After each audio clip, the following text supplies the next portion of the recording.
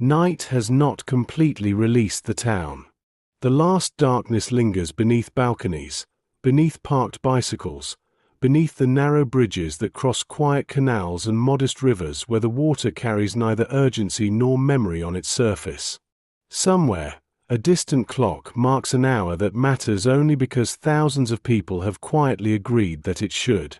The sound travels farther than voices ever dare to travel now, dissolving into streets where curtains remain carefully drawn and windows reflect only the faint glow of lamps burning behind thick fabric. Nothing appears unusual. That is precisely what allows extraordinary things to continue. A single bicycle rests against a weathered stone wall, its frame worn smooth by years of ordinary use. The handlebars are wrapped with aging leather, one pedal carries the marks of repeated repairs, and a small satchel hangs from the rear carrier with the comfortable weight of something entirely forgettable.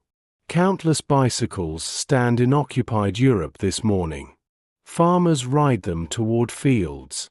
Bakers use them before sunrise. Factory workers lean them outside workshops that continue producing under unfamiliar flags.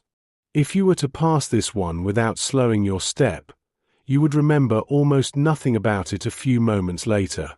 In another time, that would simply be the nature of everyday life. In wartime, forgetting becomes one of the safest gifts a stranger can unknowingly offer. The courier has not yet arrived.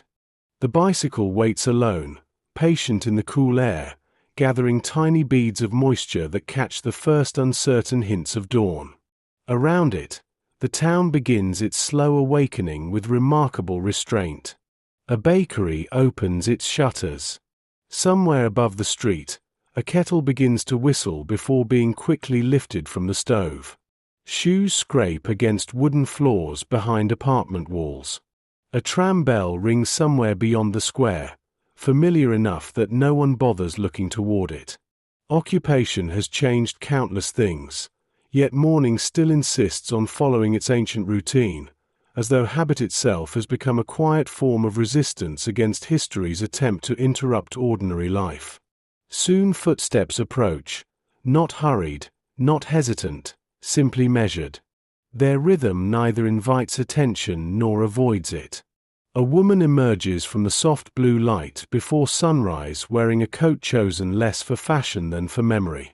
It is the kind of coat neighbors have seen many times before, making it difficult to remember whether they noticed it yesterday or last week or perhaps every winter for several years. She pauses only long enough to brush invisible dust from one sleeve before lifting the satchel from the bicycle with practiced ease. Whatever rests inside remains unseen, and that invisibility is deliberate.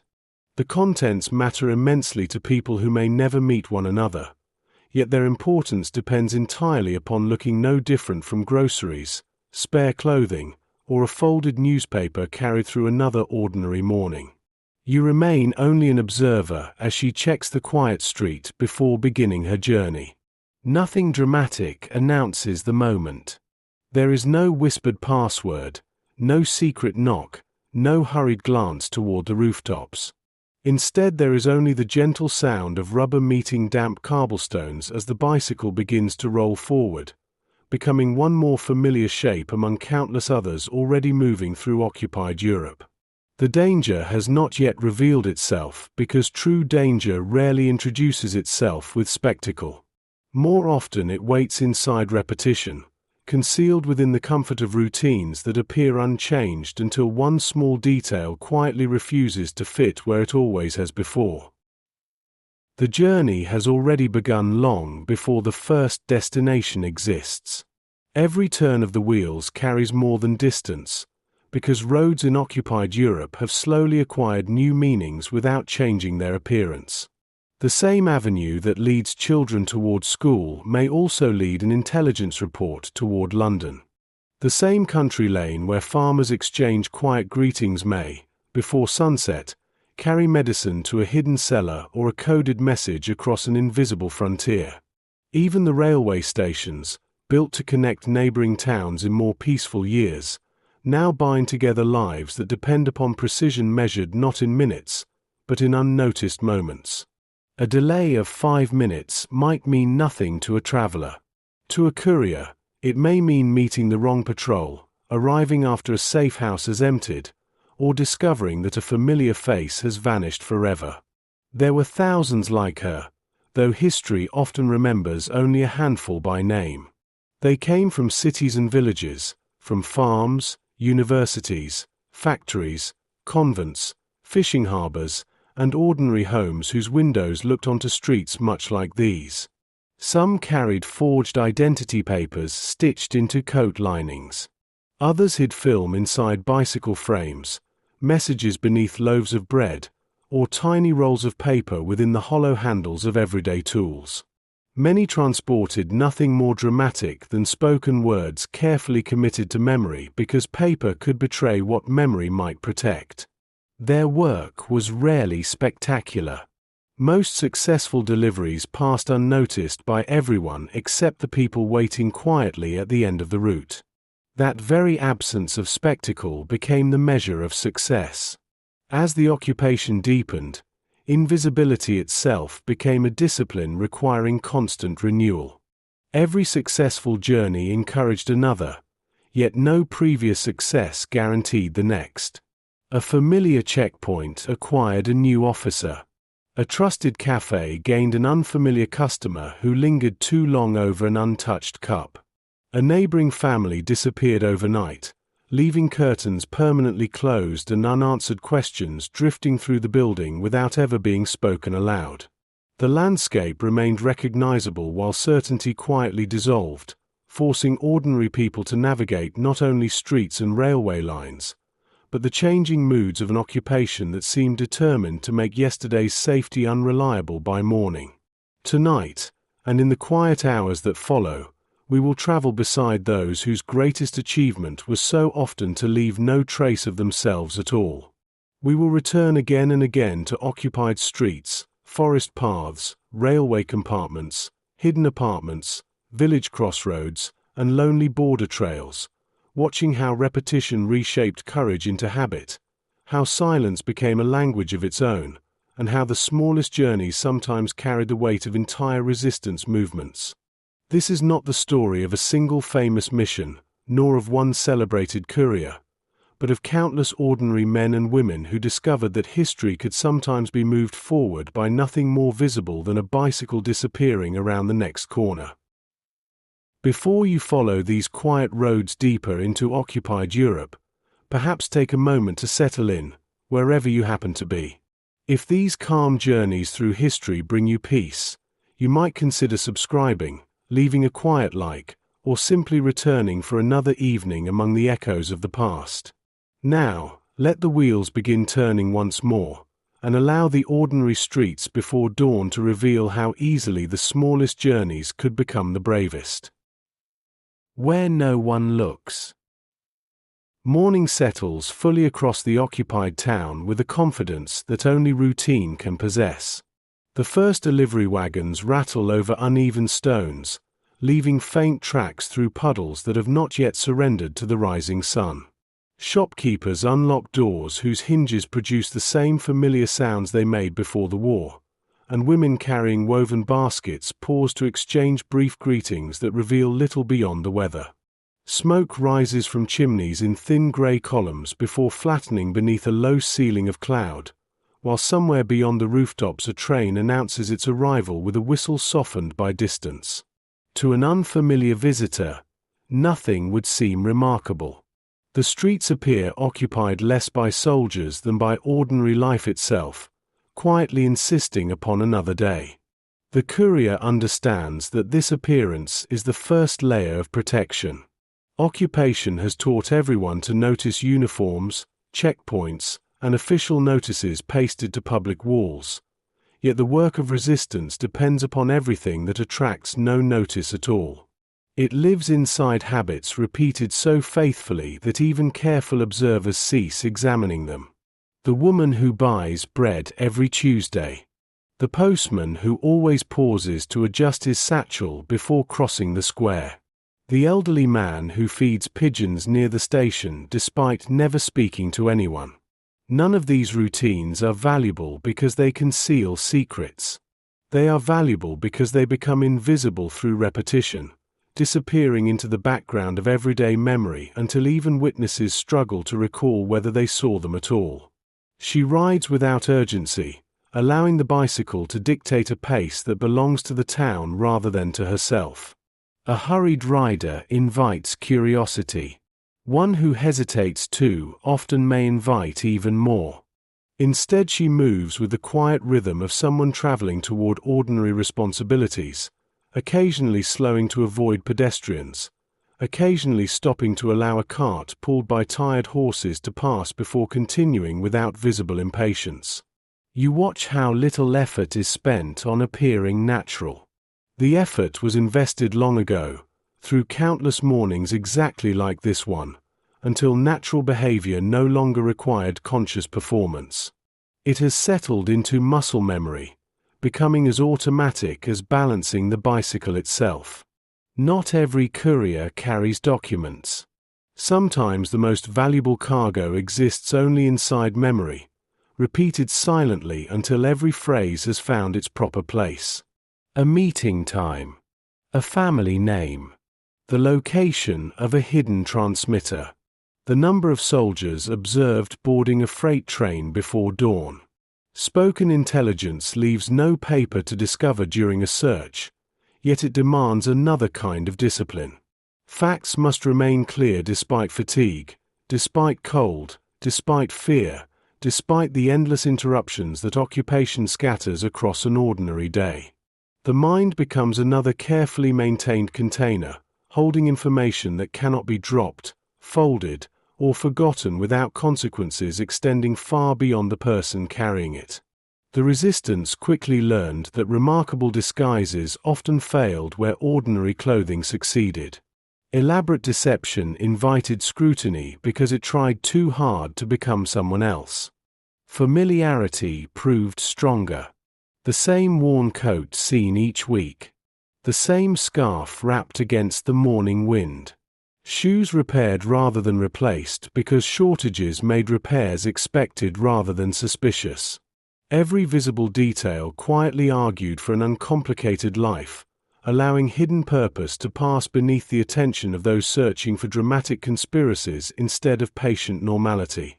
Ironically, the greatest weapon available to many couriers was not boldness but predictability, cultivated so carefully that even those tasked with watching the streets gradually stopped seeing them.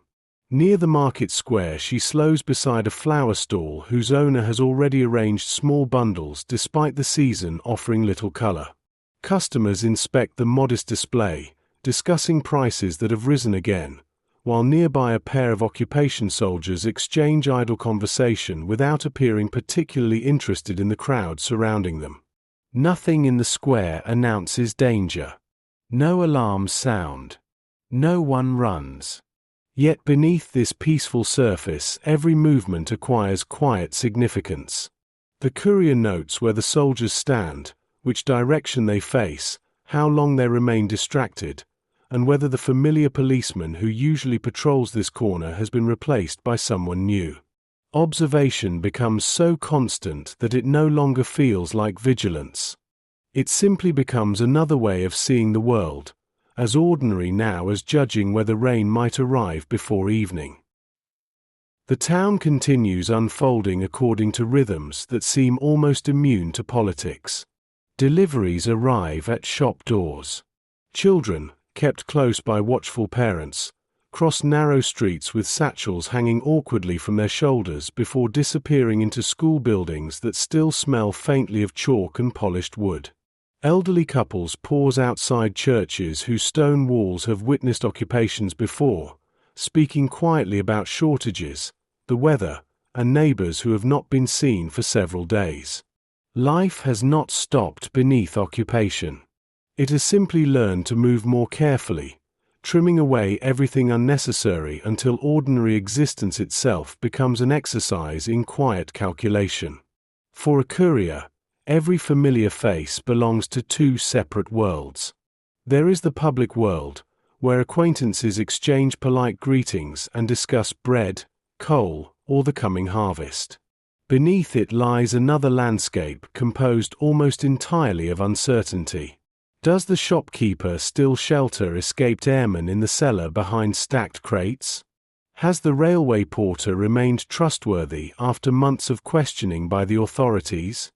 Is the elderly widow whose apartment overlooks the canal still willing to leave her curtains open as a silent signal that the street remains clear? None of these questions can be asked aloud. Their answers reveal themselves only through patient observation, accumulated over weeks and months until instinct begins recognizing subtle changes long before reason can explain them. She pauses beside a newspaper kiosk, unfolding a coin from her glove and purchasing the morning edition with practiced indifference. Headlines speak confidently of victories announced far away, official declarations printed in heavy type intended to shape certainty where little truly exists. Around her, other customers read the same words with expressions that reveal almost nothing. Some genuinely believe what they are told. Others quietly doubt every sentence. Most have learned that survival depends less upon announcing opinions than upon carrying them carefully through the day without attracting unnecessary attention. The newspaper itself matters little to the courier. What matters is that someone expecting to see her by one will indeed see exactly that, another ordinary action slipping unnoticed into the pattern of an ordinary morning. Further along the avenue, the road narrows before passing beneath rows of aging chestnut trees whose branches form shifting patterns across the cobblestones. Their leaves move gently in the breeze, scattering patches of light and shadow that drift over bicycles, delivery carts, and pedestrians alike. Here the pace naturally slows, not because anyone has ordered it, but because the street itself encourages patience. She allows the bicycle to coast, listening as birds briefly overcome the distant sounds of engines and marching boots. Even within occupied landscapes, nature continues following seasons that acknowledge no governments.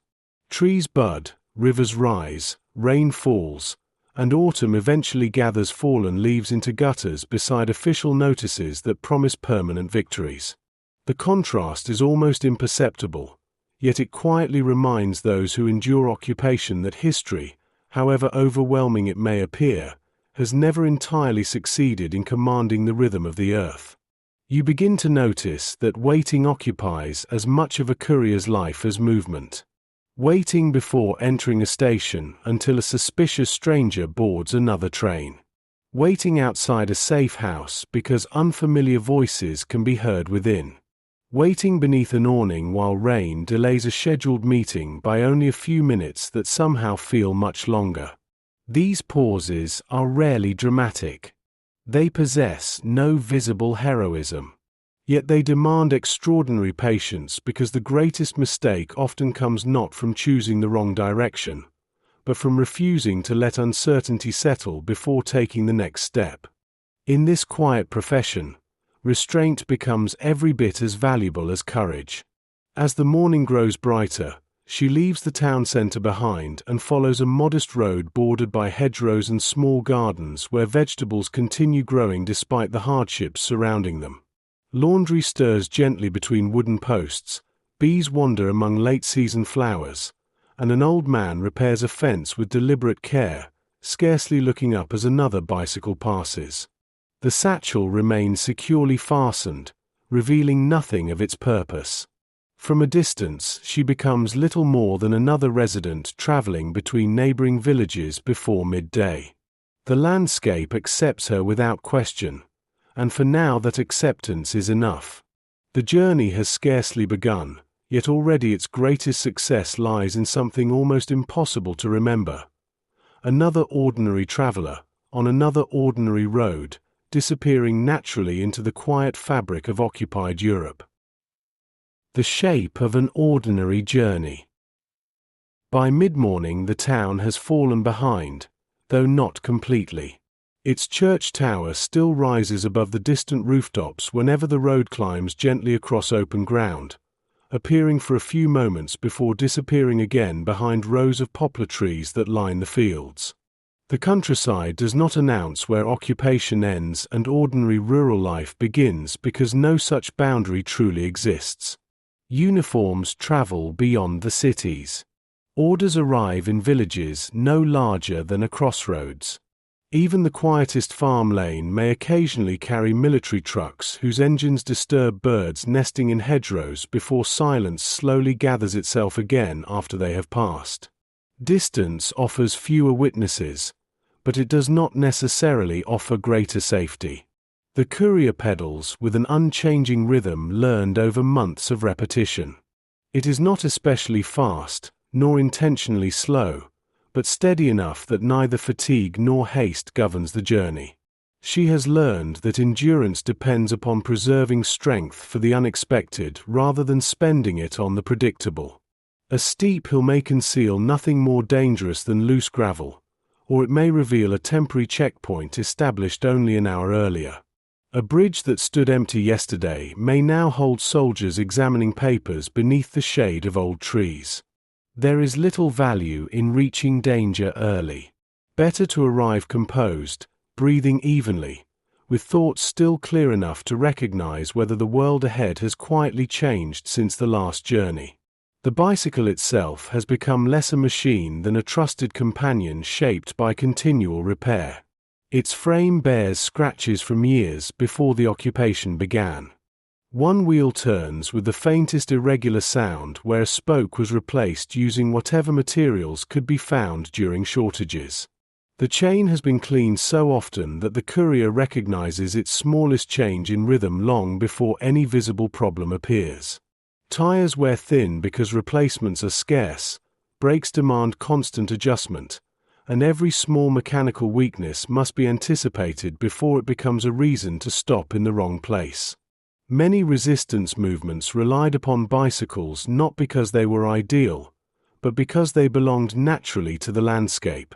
A lone cyclist attracted far less attention than an automobile requiring fuel, permits, or explanations. Roads possess memories of their own. Some curves consistently remain empty because nearby farms have been abandoned. Others grow busier at particular hours when laborious walk toward fields or factories, creating welcome anonymity for anyone willing to match their pace. Couriers memorize these subtle patterns as carefully as they memorize names or addresses. They learn which dogs bark at unfamiliar strangers and which simply watch from shaded farmyards without raising alarm. They remember where wagons often slow to cross muddy ground after heavy rain, where children gather wild berries during late summer, and where an elderly shepherd usually rests beside the same weathered stone wall before noon. None of these observations appear significant in isolation. Together they create a living map that extends beyond geography into habit, allowing movement to follow the ordinary pulse of rural life rather than forcing its own.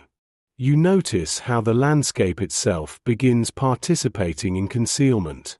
Tall wheat before harvest, dense forests beyond the fields, shallow streams winding beneath old wooden bridges, and rows of fruit trees surrounding isolated cottages all soften the edges of movement. Nature rarely hides someone completely, yet it gently interrupts long lines of sight, allowing a bicycle to appear, disappear, and reappear without ever seeming to vanish deliberately. Clouds drift across the sun, changing the brightness of the road from one moment to the next, while wind bends grasses in slow waves that continue long after the rider has passed. Nothing conspires to protect the courier, but neither does the land betray her. It simply remains what it has always been, indifferent to governments while quietly shaping every journey that crosses it. Ahead, the road narrows before entering a small woodland where the morning air becomes noticeably cooler beneath the branches. The sounds of distant farms fade behind the rustle of leaves and the steady turning of wheels over packed earth. It is here, in places where the world briefly feels enclosed, that uncertainty often settles most heavily.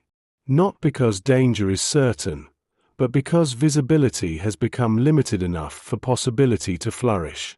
Every bend conceals only another stretch of road, yet the mind naturally wonders what may already be waiting beyond it. The courier does not quicken her pace. She has long since learned that imagination travels much faster than bicycles, and that allowing it to lead the journey rarely ends well. The woodland does not remain silent for long. Silence in occupied Europe is rarely complete, only layered. Leaves stir high above the road as a light breeze moves through the canopy, and somewhere deeper among the trees a woodpecker taps patiently against old bark, repeating its work with a persistence that seems untouched by the concerns of nations. Beneath these familiar sounds come others that require more careful listening: the distant growl of an engine, the metallic rattle of a truck crossing uneven ground somewhere beyond the forest, and the faint echo of voices carried farther than their speakers intended. None of them immediately demand alarm. Each simply becomes another detail to place gently within an ever-growing picture of the morning.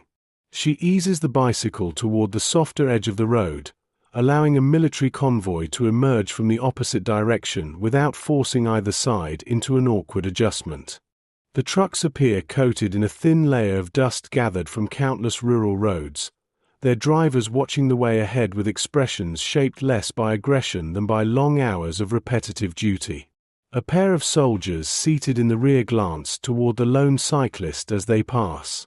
Their eyes linger only briefly before drifting elsewhere, already searching for the next movement along the roadside.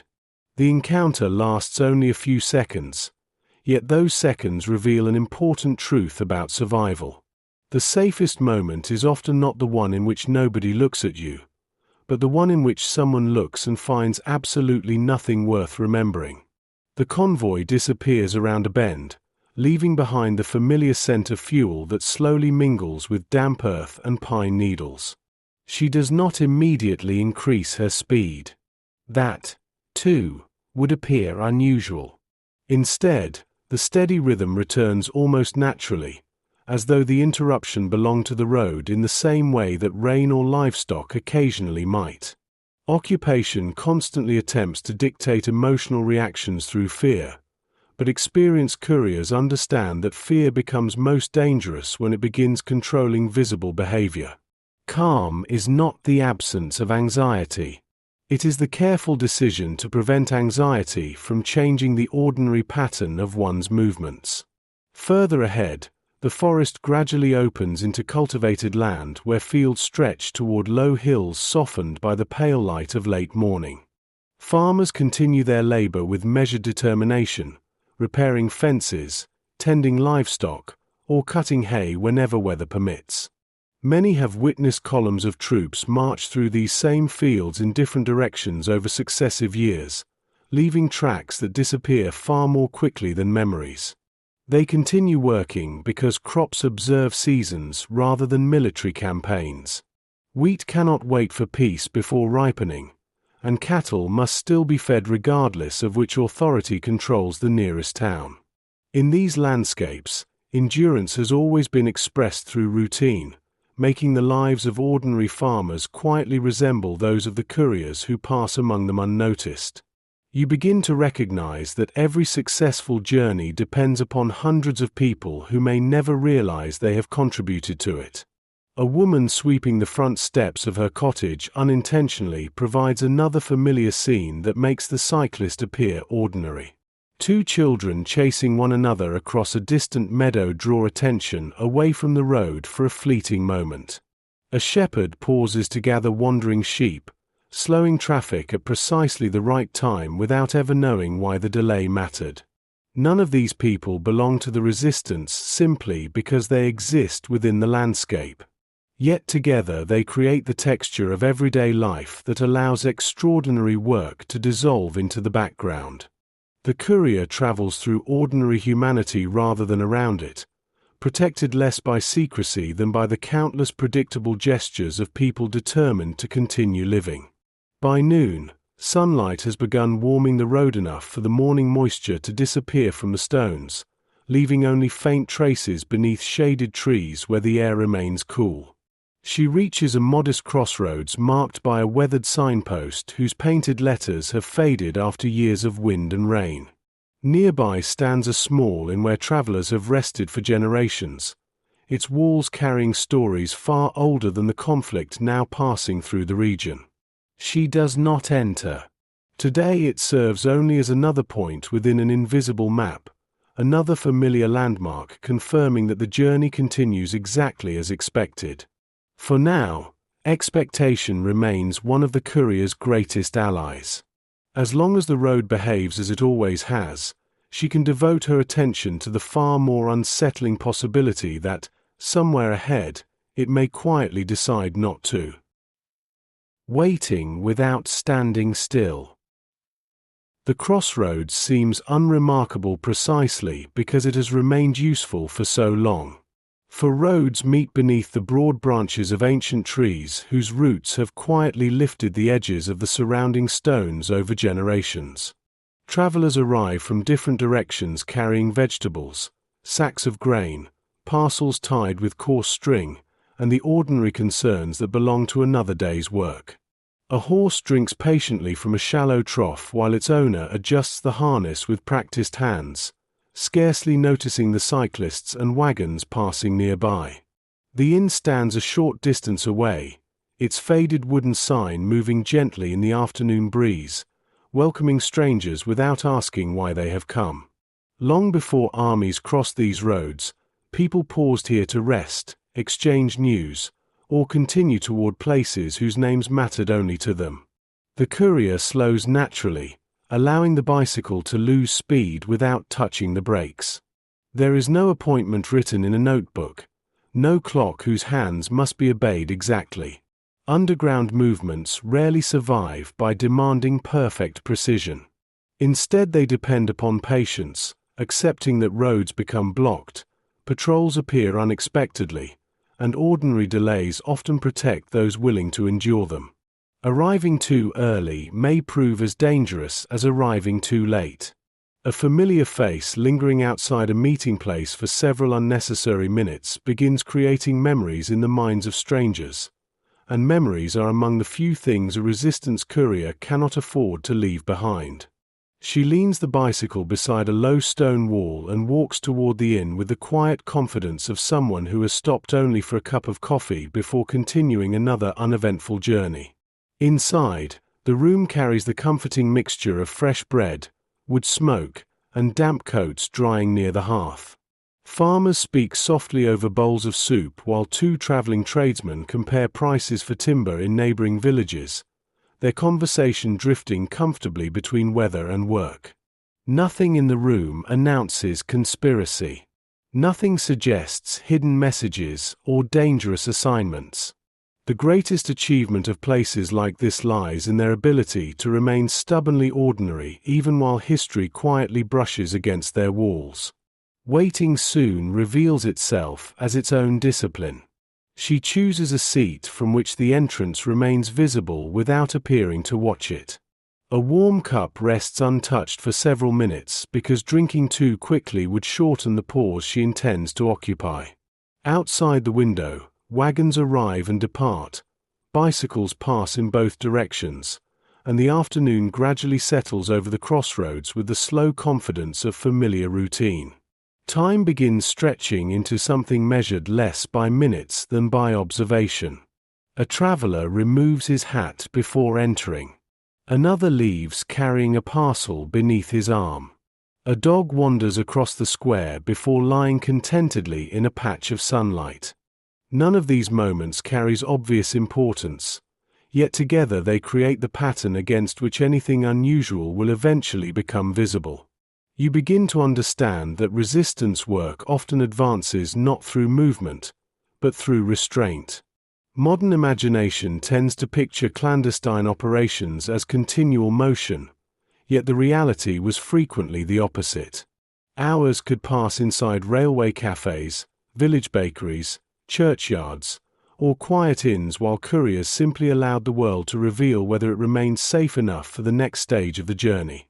The waiting itself demanded concentration because impatience whispered constantly that nothing would happen, that another few minutes hardly mattered, that schedules deserved greater loyalty than instinct. Experienced couriers gradually learned to distrust such whispers. They understood that occupation rewarded those capable of delaying action until uncertainty had settled into something clearer. A man enters carrying a small canvas bag dusted with flour. At first glance, he appears no different from countless mill workers who have spent the morning handling grain.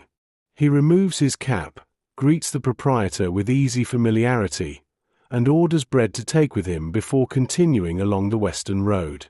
Nothing about the exchange attracts attention. Yet the courier notices one small detail that quietly interrupts the rhythm of the room. The man places his gloves on the counter before paying, then turns them over once without seeming to think about the gesture. It is brief, almost absent-minded, and completely invisible to everyone else. Moments later he gathers both the bread and the gloves before leaving exactly as any ordinary customer might. She does not follow. Not immediately. The coffee remains on the table. Conversation continues around her. Outside, the crossroads keeps breathing with patient indifference beneath the afternoon sky. Whatever meaning the gesture carried, if it carried any at all, will still exist a few minutes from now. The road has taught her that haste rarely protects hidden work. More often it exposes it. So she waits a little longer, allowing the ordinary life of the inn to settle once again into its familiar rhythm before quietly preparing to continue a journey that, to every watching eye, remains entirely without consequence. The room changes almost imperceptibly as the afternoon advances. One table empties while another quietly fills. A farmer who arrived with mud still clinging to his boots leaves carrying a wrapped loaf beneath one arm, nodding politely to strangers he will likely never meet again. The innkeeper wipes the same section of polished wood more than once, less from necessity than habit, pausing occasionally to look through the front windows toward the crossroads where sunlight has shifted another few degrees across the stones. Nothing dramatic interrupts the afternoon. The value of such places has always rested in their refusal to become memorable. She finishes the last of the coffee only after it has cooled. There is no advantage in appearing eager to leave. Coins are counted carefully onto the table, enough to pay without inviting conversation over small change, and the chair is returned to exactly the position in which it had stood before she arrived. Even tiny gestures acquire meaning through repetition. A chair left awkwardly angled toward the room might remain in someone's memory for no clear reason. A cup abandoned half full could suggest unexpected haste. Experienced couriers rarely believed that any single detail would expose them. Instead, they understood that suspicion often formed from several insignificant impressions quietly gathering around the same person until ordinary familiarity gave way to curiosity. Outside, the air feels warmer than it had an hour earlier. Bees drift lazily among flowering shrubs beside the inn while the horse that waited patiently at the trough has already departed, leaving only damp stones where water had spilled beneath its hooves. She retrieves the bicycle with the same unhurried movements that accompanied every previous stop along the road. Before setting off, she adjusts the satchel almost absent-mindedly, tightening one worn leather strap that had loosened slightly over the morning's ride. Anyone watching would see nothing beyond another traveler preparing for the next stretch of countryside. The adjustment serves a practical purpose, yet it also restores the familiar appearance she has carefully maintained since dawn. Consistency, even in the smallest things, quietly reinforces invisibility. The western road rises gently beyond the crossroads before disappearing between hedgerows that have grown thick through decades of careful tending. Somewhere ahead, the man carrying flour and fresh bread continues his own journey, neither waiting nor looking back. Whether he truly belongs to the network matters less than the discipline surrounding the possibility. Resistance organizations throughout occupied Europe depended upon methods designed to protect people from one another as much as from the authorities. Couriers frequently knew only fragments of larger operations. One person recognized a gesture but not a destination. Another knew a destination, but never the courier's real name. Information moved through carefully separated channels, ensuring that if one individual disappeared into an interrogation room, entire networks would not vanish with them. You begin to see that secrecy possesses its own quiet loneliness. It does not merely separate resistance workers from occupying forces. It separates trusted companions from one another, husbands from wives, parents from children, neighbors from lifelong friends. Silence becomes an act of protection expressed toward those one loves most deeply. Questions remain unanswered not because affection has faded, but because affection itself demands restraint. Many couriers left home each morning carrying responsibilities that could never be shared around the family table that evening, even if everyone sitting there quietly suspected that ordinary errands somehow lasted much longer than they should. Occupation reshaped intimacy by teaching people that love could sometimes be measured by the truths one refused to reveal. The road gradually narrows again, passing through orchards where apple trees cast long patches of shade across the grass beneath them. Harvest has not fully arrived, yet the fruit already hangs heavy among the leaves, bending slender branches toward the earth. She pedals beneath this quiet canopy while distant church bells drift across the fields, their echoes softened by the afternoon air until they seem almost woven into the sound of turning wheels. Every landmark along the route confirms that another ordinary day continues unfolding exactly as expected. Yet beneath that reassuring surface, invisible threads are beginning to draw separate lives slowly toward one another. Somewhere beyond the next villages, another courier waits without knowing her face. Somewhere else, someone watches a road from behind lace curtains, wondering whether the next bicycle to appear will carry nothing at all, or something upon which many other lives quietly depend. Roads that quietly change. The afternoon light begins its slow descent, though there are still many hours before evening gathers across the countryside. Shadows lengthen almost unnoticed beneath rows of poplars, stretching farther across the road with each passing mile until the bicycle moves through alternating bands of warmth and coolness. The air has changed as well. The freshness of morning has yielded to the softer stillness that follows a full day of work. When birds become less insistent, distant machinery settles into familiar rhythms, and even the wind seems content to move more slowly across harvested fields. It is the same road the courier has traveled before, yet roads rarely remain identical from one journey to the next. Time alters them quietly, and occupation alters them more quietly still. The western route has earned its reputation through reliability rather than speed. It avoids major garrisons, passes through villages too small to justify permanent military presence, and follows streams whose gentle valleys naturally conceal movement from distant observation. Resistance networks valued such roads not because they were secret, but because they belonged so completely to ordinary life. Milk carts traveled them before sunrise. School teachers cycled along them before lessons began. Blacksmiths, veterinarians, parish priests, and merchants all relied upon the same narrow lanes. A courier hiding among ordinary movement was often safer than one attempting to disappear entirely. Emptiness attracted questions. Familiar activity answered them before they could be asked. She notices the first change several kilometers beyond the crossroads. A farmhouse that usually displays washing drying between two wooden posts has no laundry today, despite clear weather and a steady breeze that would make such work almost inevitable. The yard remains tidy. Chickens wander freely near the gate. Smoke rises from the chimney exactly as expected. Nothing appears wrong. Yet absence itself becomes another form of information.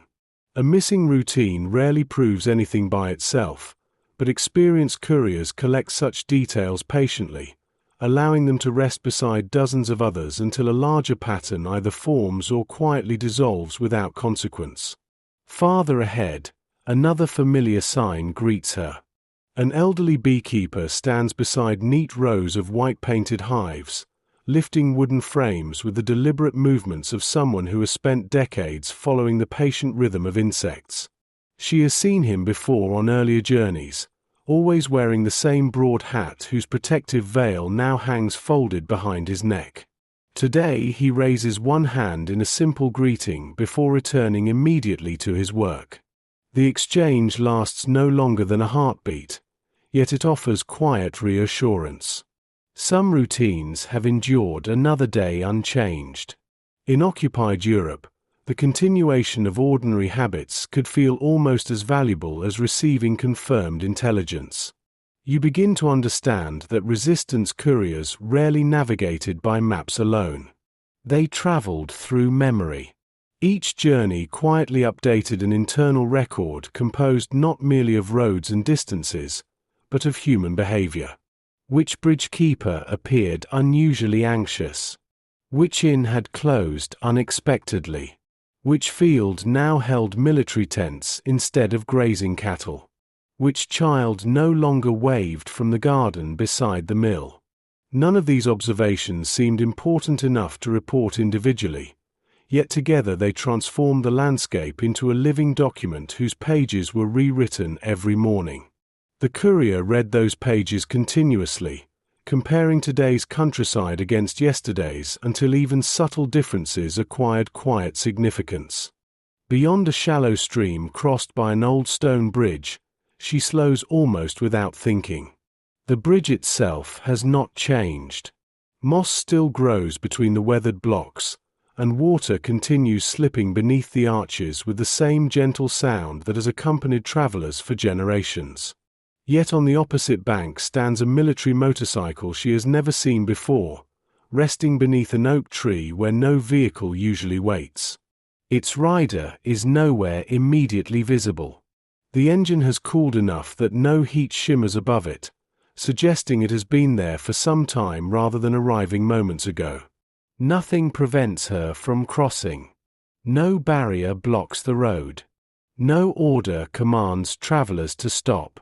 Still, the familiar rhythm of the day has shifted by the smallest imaginable degree. It is often through such small shifts that danger first announces itself, not loudly enough to provoke panic, but quietly enough to reward those who have learned to notice what no longer belongs. She allows the bicycle to continue rolling until the bridge lies only a short distance ahead, then eases to a stop beside a patch of wildflowers growing where the roadside widens almost imperceptibly. From a distance, the pause appears entirely natural. A traveler might adjust a shoelace, stretch tired legs after many kilometers, or simply admire the quiet valley before continuing onward. She rests one hand lightly upon the handlebars while the other brushes a trace of dust from her sleeve, giving herself something ordinary to do while the landscape slowly reveals whether the unexpected motorcycle belongs to passing chance or to a larger change still hidden from view. Nothing happens immediately. Water continues slipping beneath the bridge with the same patient rhythm that has echoed there through peaceful summers and troubled years alike. Dragonflies skim low across the stream, pausing briefly above reeds before darting away again. A pair of swallows circle beneath the stone arch, disappearing into the shadows and emerging once more with effortless precision. Nature offers no warning because nature has never agreed to distinguish between ordinary afternoons and dangerous ones. The responsibility belongs entirely to the people moving through the landscape, reading small interruptions that birds and rivers neither recognize nor acknowledge. At last, a figure appears beyond the oak. A German military policeman steps into view carrying his cap beneath one arm while wiping perspiration from his forehead with a folded handkerchief. His movements possess none of the sharp urgency that might accompany an active search. Instead, they suggest simple fatigue after hours spent beneath the afternoon sun. He drinks from a metal flask, exchanges a few quiet words with another soldier emerging from behind the trees, and gestures toward the motorcycle with the casual familiarity of men discussing mechanical inconvenience rather than security.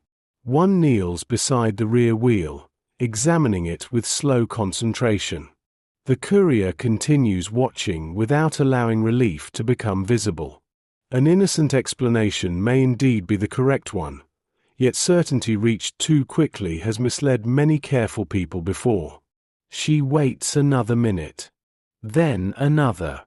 The scene changes only through ordinary details. One soldier removes his jacket for a moment before putting it back on.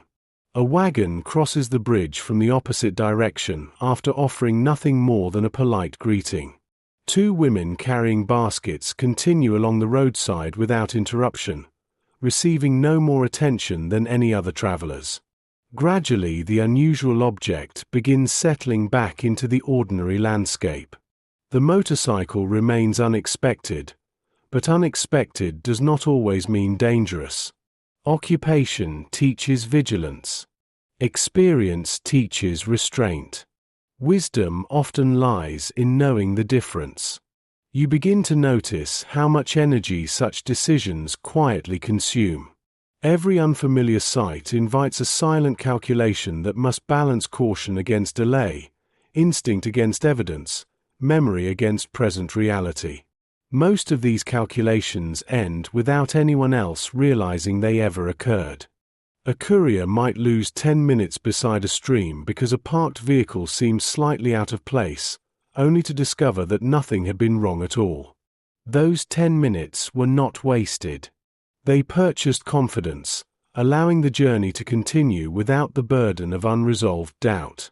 Time itself becomes another resource carefully spent, often far more valuable than speed.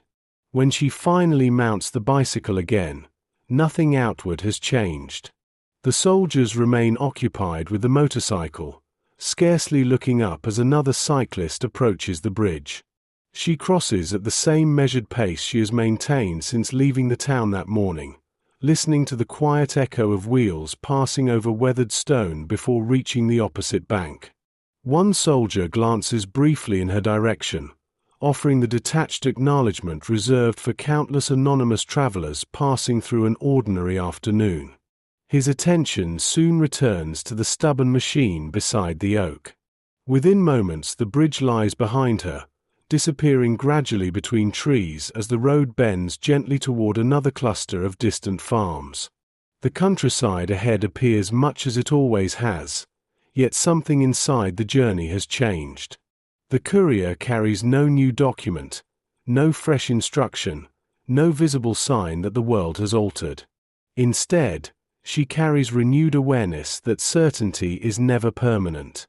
A familiar road may remain trustworthy for weeks before quietly becoming dangerous in a single afternoon, while an unexpected encounter may dissolve into harmless coincidence after patient observation. The work demands constant adjustment without constant fear, a balance achieved not through extraordinary courage but through thousands of small decisions made carefully enough that the next ordinary mile remains possible. Beyond the rising hill, where the road disappears once more among fields and scattered trees, the landscape waits with new questions it has not yet chosen to reveal. The station between departures. The road gradually descends toward a market town whose presence first announces itself not through buildings, but through sound. Long before the station comes into view, the distant whistle of a locomotive drifts across the fields, followed by the slow metallic rhythm of freight wagons being coupled somewhere beyond the warehouses. Crows rise from harvested land as the train's echo rolls across the valley, settling once again upon fence posts after the noise has passed.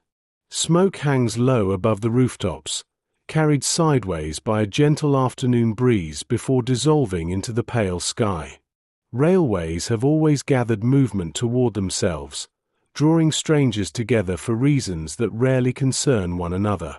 During occupation, they continue serving that purpose, though many journeys now carry meanings concealed beneath ordinary destinations.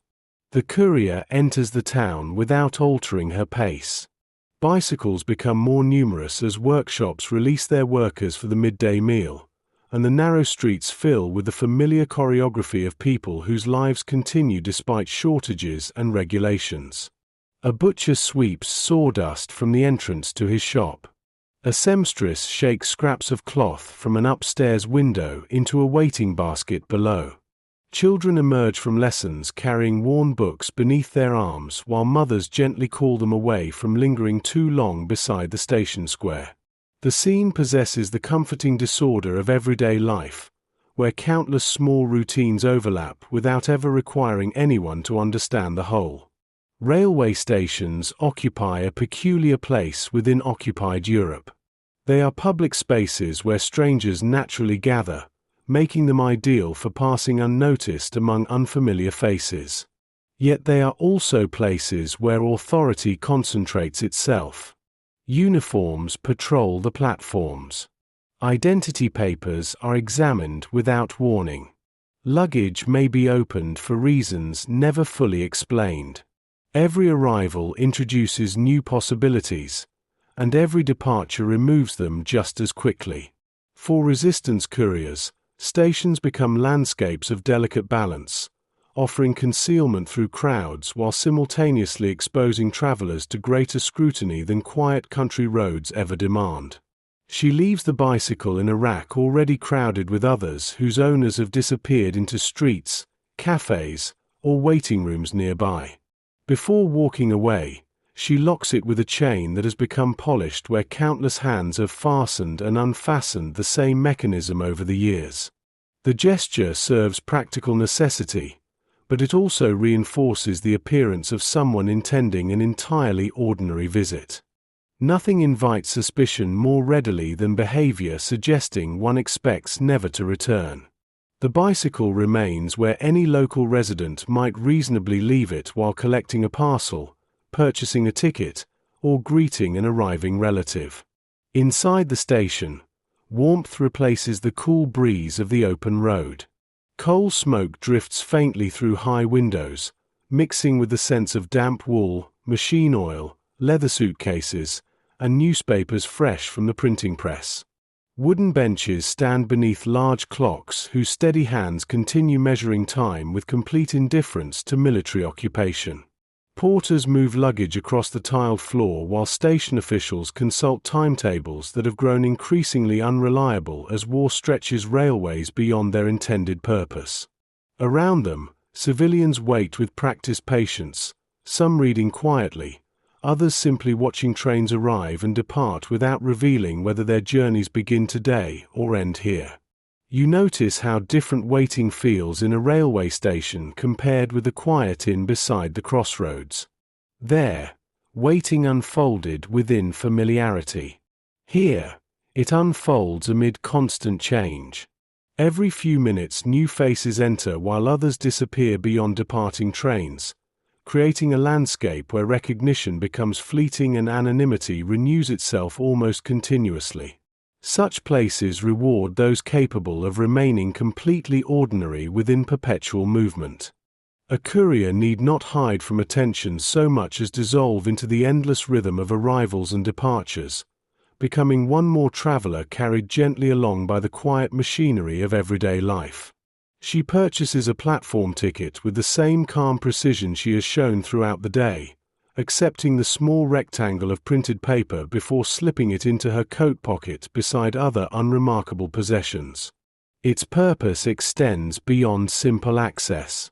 A legitimate reason to stand upon the platform transforms presence into routine.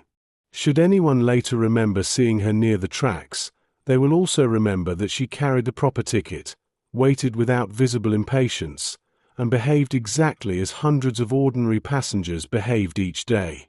The strongest disguise remains the truth, arranged carefully enough that no one thinks to search beneath it. The platform stretches beneath a broad iron canopy whose beams have collected decades of soot from passing locomotives. Afternoon light filters through panes of weathered glass high above, falling in uneven patterns across the worn stone where countless feet have paused before continuing elsewhere. A freight train waits on the outer track, its wagons bearing crates, barrels, sacks of grain, and covered cargo whose destinations remain known only to railway clerks and military schedules. Closer to the station building, A passenger train breathes quietly through intermittent bursts of steam, as though gathering patience before the next departure rather than strength. Nothing about the scene appears hurried. Even urgency, here, has learned to move according to timetables.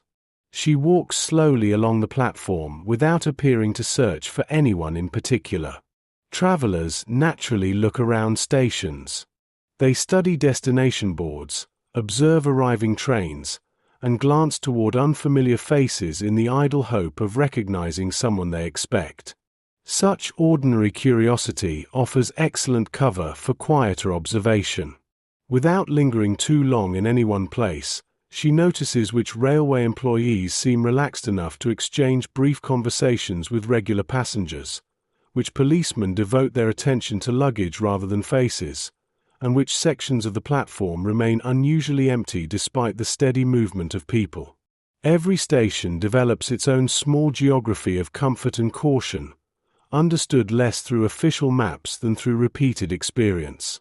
Across the tracks, a young railway porter struggles briefly with an overloaded handcart before another worker silently steps forward to help him steady the weight.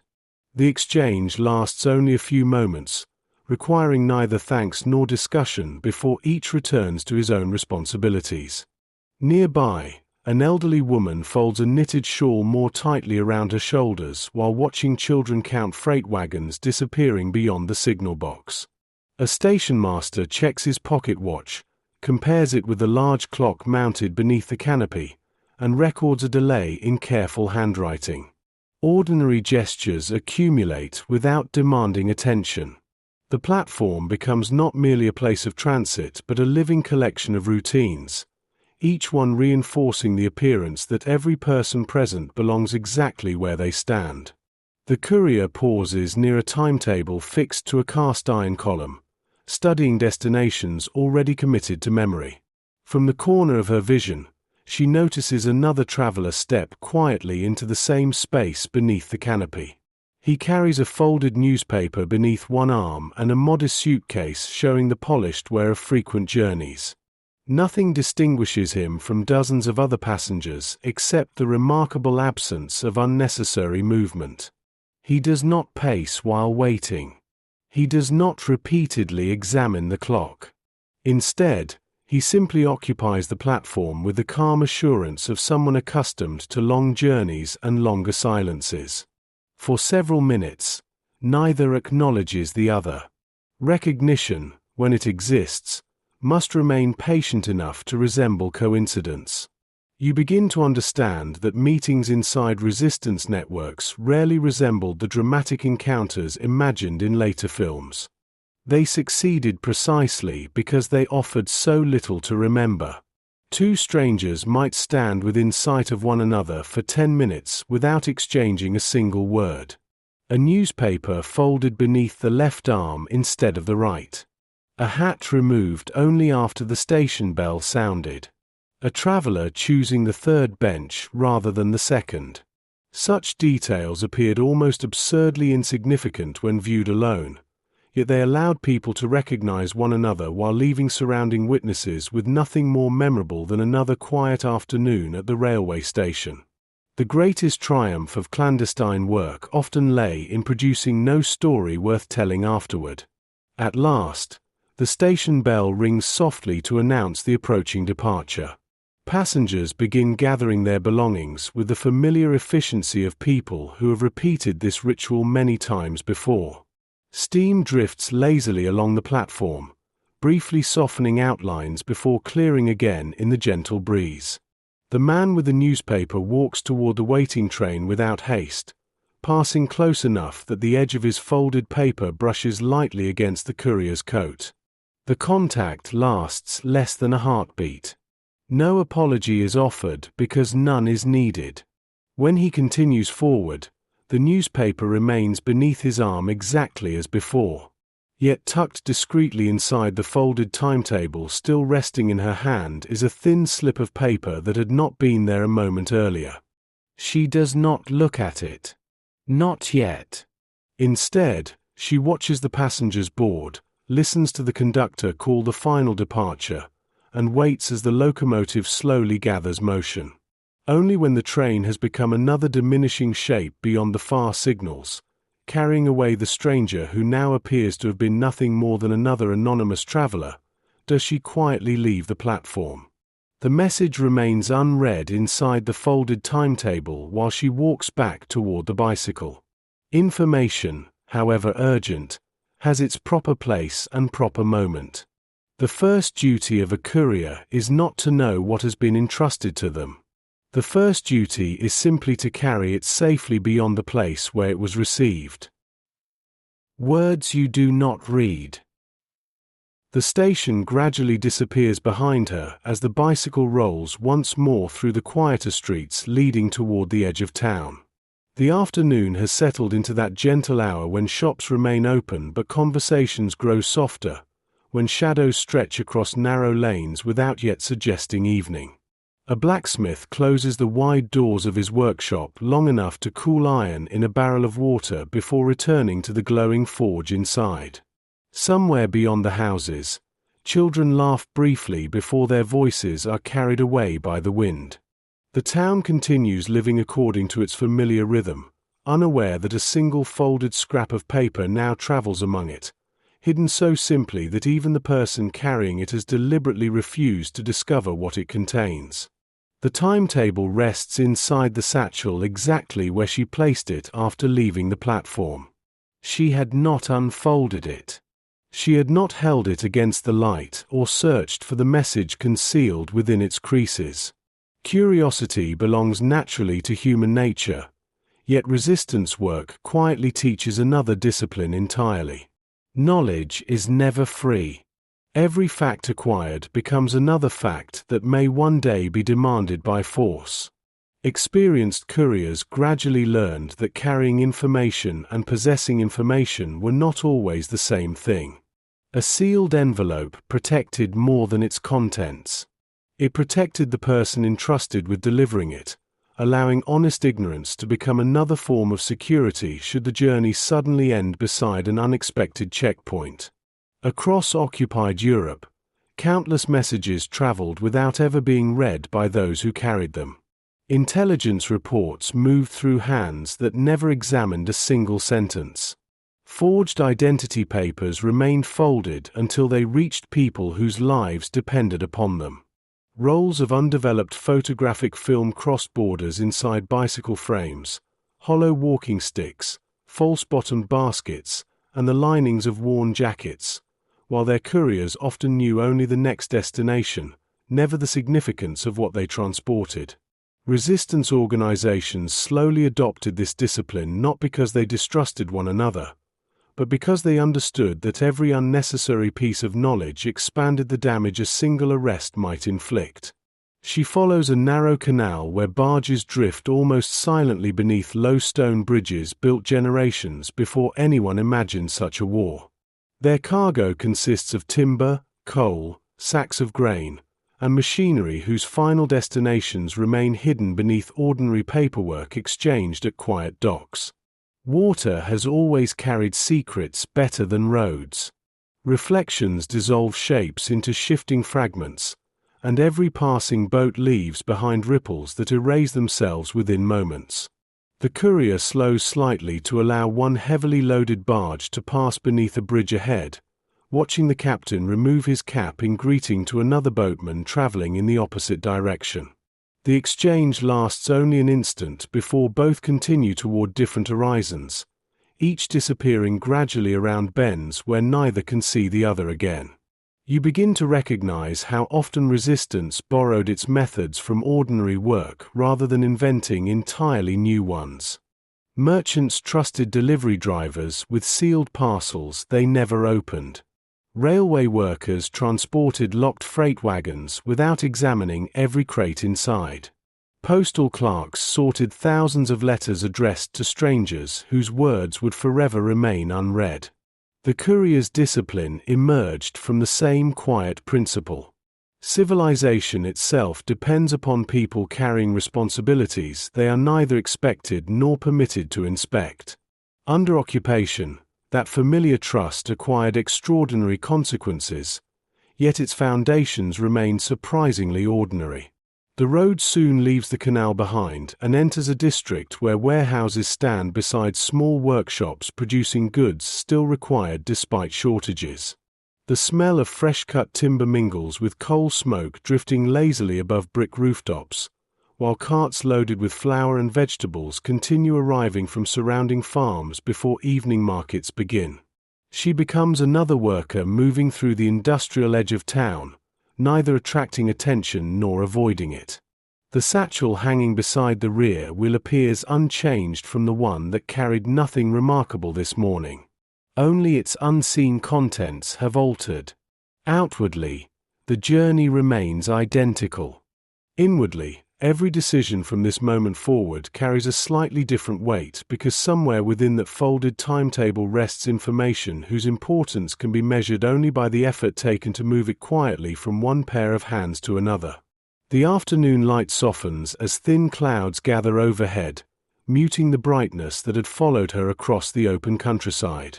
Ahead, the streets begin narrowing once again before leading toward older neighborhoods where houses stand shoulder to shoulder, their windows overlooking passages too confined for wagons to pass comfortably beside one another. It is within places like these, where everyday life presses closely against itself, that the next stage of the journey quietly waits. The message remains unread. The courier intends to keep it that way.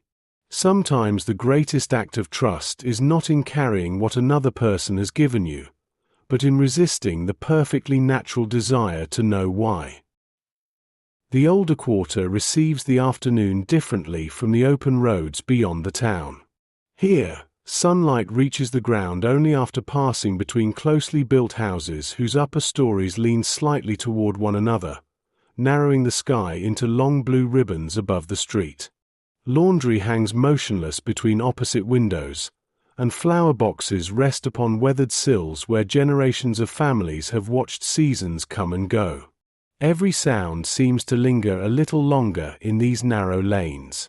Footsteps echo from stone walls before dissolving into quiet courtyards where cats sleep beneath carts that have not moved since morning. The neighborhood feels enclosed, not by design, but by age, as though time itself has folded gently around it. She rides more slowly here, allowing pedestrians to pass comfortably before continuing. Familiarity matters as much as efficiency. A cyclist weaving impatiently through crowded streets creates stories that strangers may later remember. One who yields politely to an elderly woman carrying groceries or waits without complaint while two craftsmen unload timber becomes almost impossible to distinguish from everyone else. Occupation has sharpened the attention of those responsible for maintaining order, but it has also burdened them with endless ordinary movement. They cannot remember every courteous cyclist. They remember the impatient one, the frightened one, the unusually hurried one. The courier has spent months teaching herself never to become that person. A church stands at the end of the lane, its bell tower rising above clustered rooftops with quiet confidence. Its doors remain open, inviting anyone seeking prayer, shelter from the weather, or simply a few moments away from the constant demands of the street. Throughout occupied Europe, churches often continued serving the communities around them in ways both visible and unseen. They offered familiar rhythms that governments hesitated to interrupt completely. Bells still marked the hours. Candles still burned before worn wooden altars. Parishioners still entered carrying burdens they rarely described aloud. For many resistance networks, such places also became points of orientation within an uncertain landscape, not because every church sheltered clandestine activity, but because they belonged so naturally to daily life that no traveler required an explanation for pausing nearby. She dismounts beside the low stone wall surrounding the churchyard and rests the bicycle where dozens of others already stand. Inside, the cool air carries the faint scent of old timber, candle wax, and polished stone worn smooth beneath countless footsteps. A handful of worshippers sit scattered through the pews, each enclosed within private silence. One elderly man bows his head without moving for several minutes. A young mother gently steadies a restless child before lighting a single candle near the side chapel. No one appears interested in anyone else's presence. The building has become a place where quiet naturally belongs, allowing people to remain together without asking questions of one another. You begin to notice that resistance often depended upon places where silence already possessed an accepted purpose. Libraries, cemeteries, churches, waiting rooms, and public parks all allowed people to occupy the same space without inviting conversation. Such environments reduced the need for elaborate disguises because stillness itself appeared ordinary. A courier might spend 10 peaceful minutes inside a church not to meet anyone at all, but simply to allow time to pass after leaving a railway station, ensuring that any observer who happened to notice one stage of the journey would no longer be present to witness the next. Patience once again becomes movement disguised as rest. When she finally leaves the church, the town has changed by only the smallest degree.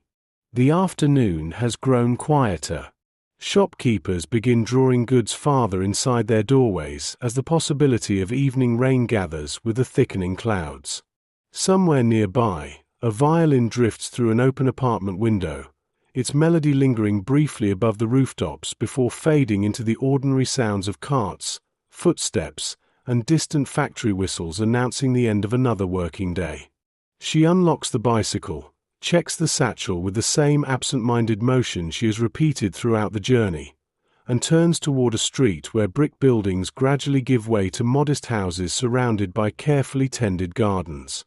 Nothing outwardly announces that she is now closer to the delivery than she has been at any previous point during the day. There are no dramatic landmarks, no guarded gates, no visible threshold separating the ordinary world from the hidden one. The transition occurs almost invisibly, measured not in distance but in purpose. Every quiet mile since dawn has carried her toward this part of the town, where another ordinary doorway waits among dozens of others exactly like it. The message remains unread, its meaning still belonging to someone else. For the courier, that remains enough. The road has never demanded understanding. It has only ever asked for steady hands, patient judgment, and the willingness to keep moving through a world where the most important journeys continue to resemble the least remarkable ones. The house behind the garden. Evening approaches with remarkable patience. The clouds that gathered during the afternoon now soften the sunlight into a quiet silver glow that settles gently across tiled roofs, vegetable gardens, and narrow streets where the day's busiest hours have already begun to fade. Kitchen windows stand partly open despite the cooling air, allowing the comforting sense of soup, fresh bread, onions, and wood smoke to drift into the lanes. Somewhere a bicycle bell rings briefly before disappearing around a corner. A dog barks once from behind a wooden gate, receives an absent-minded reply from its owner, and falls silent again. The neighborhood prepares itself for another ordinary evening, each household turning inward toward familiar routines that occupation has never entirely succeeded in erasing. The courier follows a modest residential street lined with houses built close enough that neighbors might easily greet one another across low garden fences.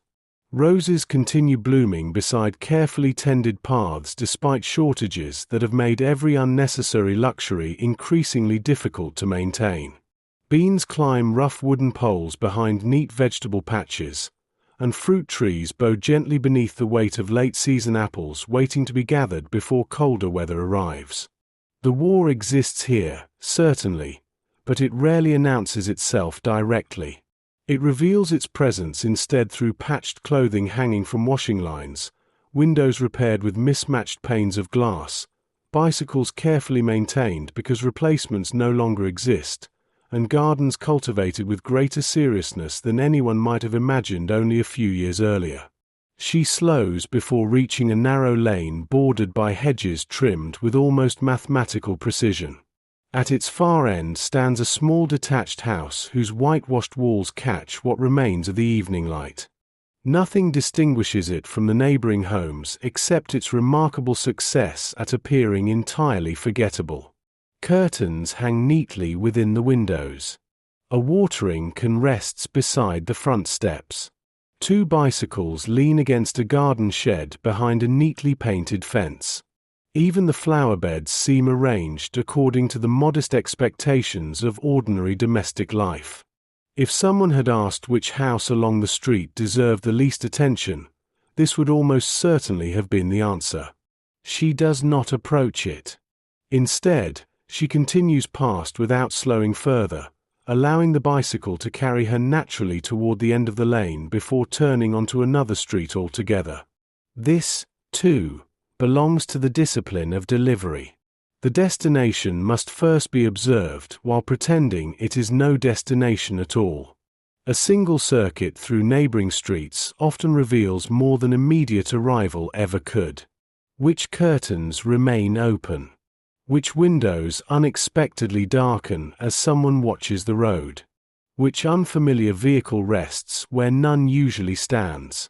Whether children continue playing nearby or have disappeared indoors for reasons not immediately apparent. The courier has learned that the final moments before a delivery frequently demand the greatest patience of the entire journey. You watch as the neighborhood quietly presents itself without realizing it is being studied. An elderly woman waters flowers beneath her front window, pausing occasionally to straighten aching shoulders before continuing her work. A teenage boy repairs the chain on his bicycle while his younger sister sits beside him sorting apples into wooden crates. Across the street, a postman finishes his final deliveries of the day before cycling slowly toward the town center with an empty satchel now hanging lightly from his shoulder. These ordinary scenes matter because they establish the natural rhythm against which anything unusual will gently reveal itself. Resistance couriers rarely searched directly for danger. They searched for interruptions in normal life, trusting that the landscape itself would quietly expose what no longer belonged. She completes the circuit without discovering anything that disturbs the familiar pattern.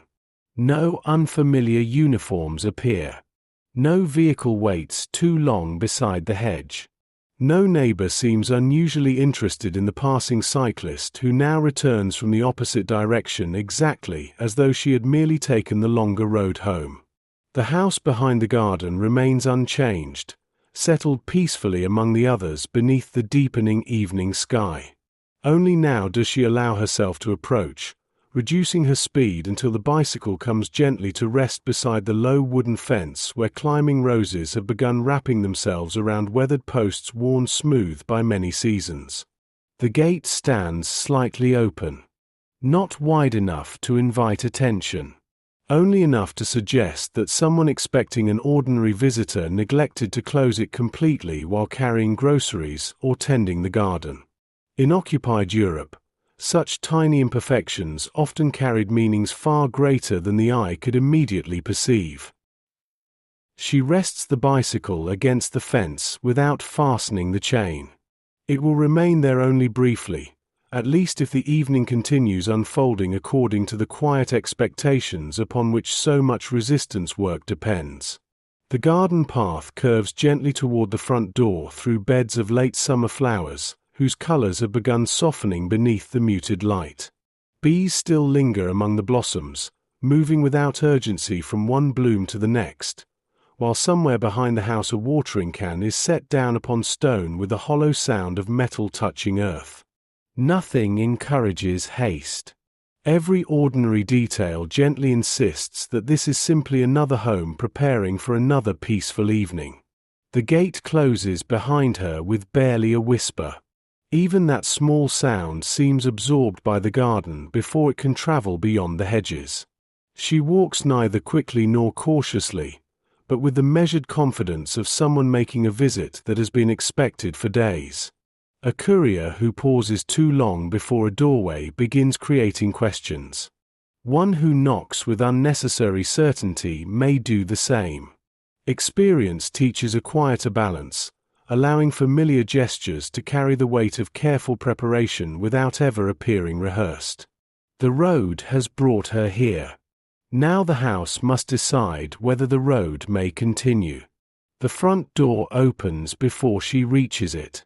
A middle-aged woman stands framed by the warm light of the hallway, one hand still resting upon the latch as though she had simply heard footsteps approaching through the garden. Her apron carries a light dusting of flour, and behind her, somewhere deeper within the house, the faint aroma of baking bread drifts gently into the cooling evening air. She smiles politely, neither warmly enough to suggest close friendship nor coldly enough to imply unfamiliarity.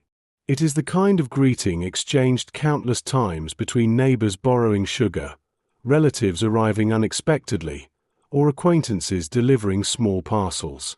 In another year, under another sky, no one would have remembered it by morning. The courier removes her gloves before stepping inside, thanking the woman quietly for receiving her so late in the day. The words themselves matter very little. Their calm delivery matters much more.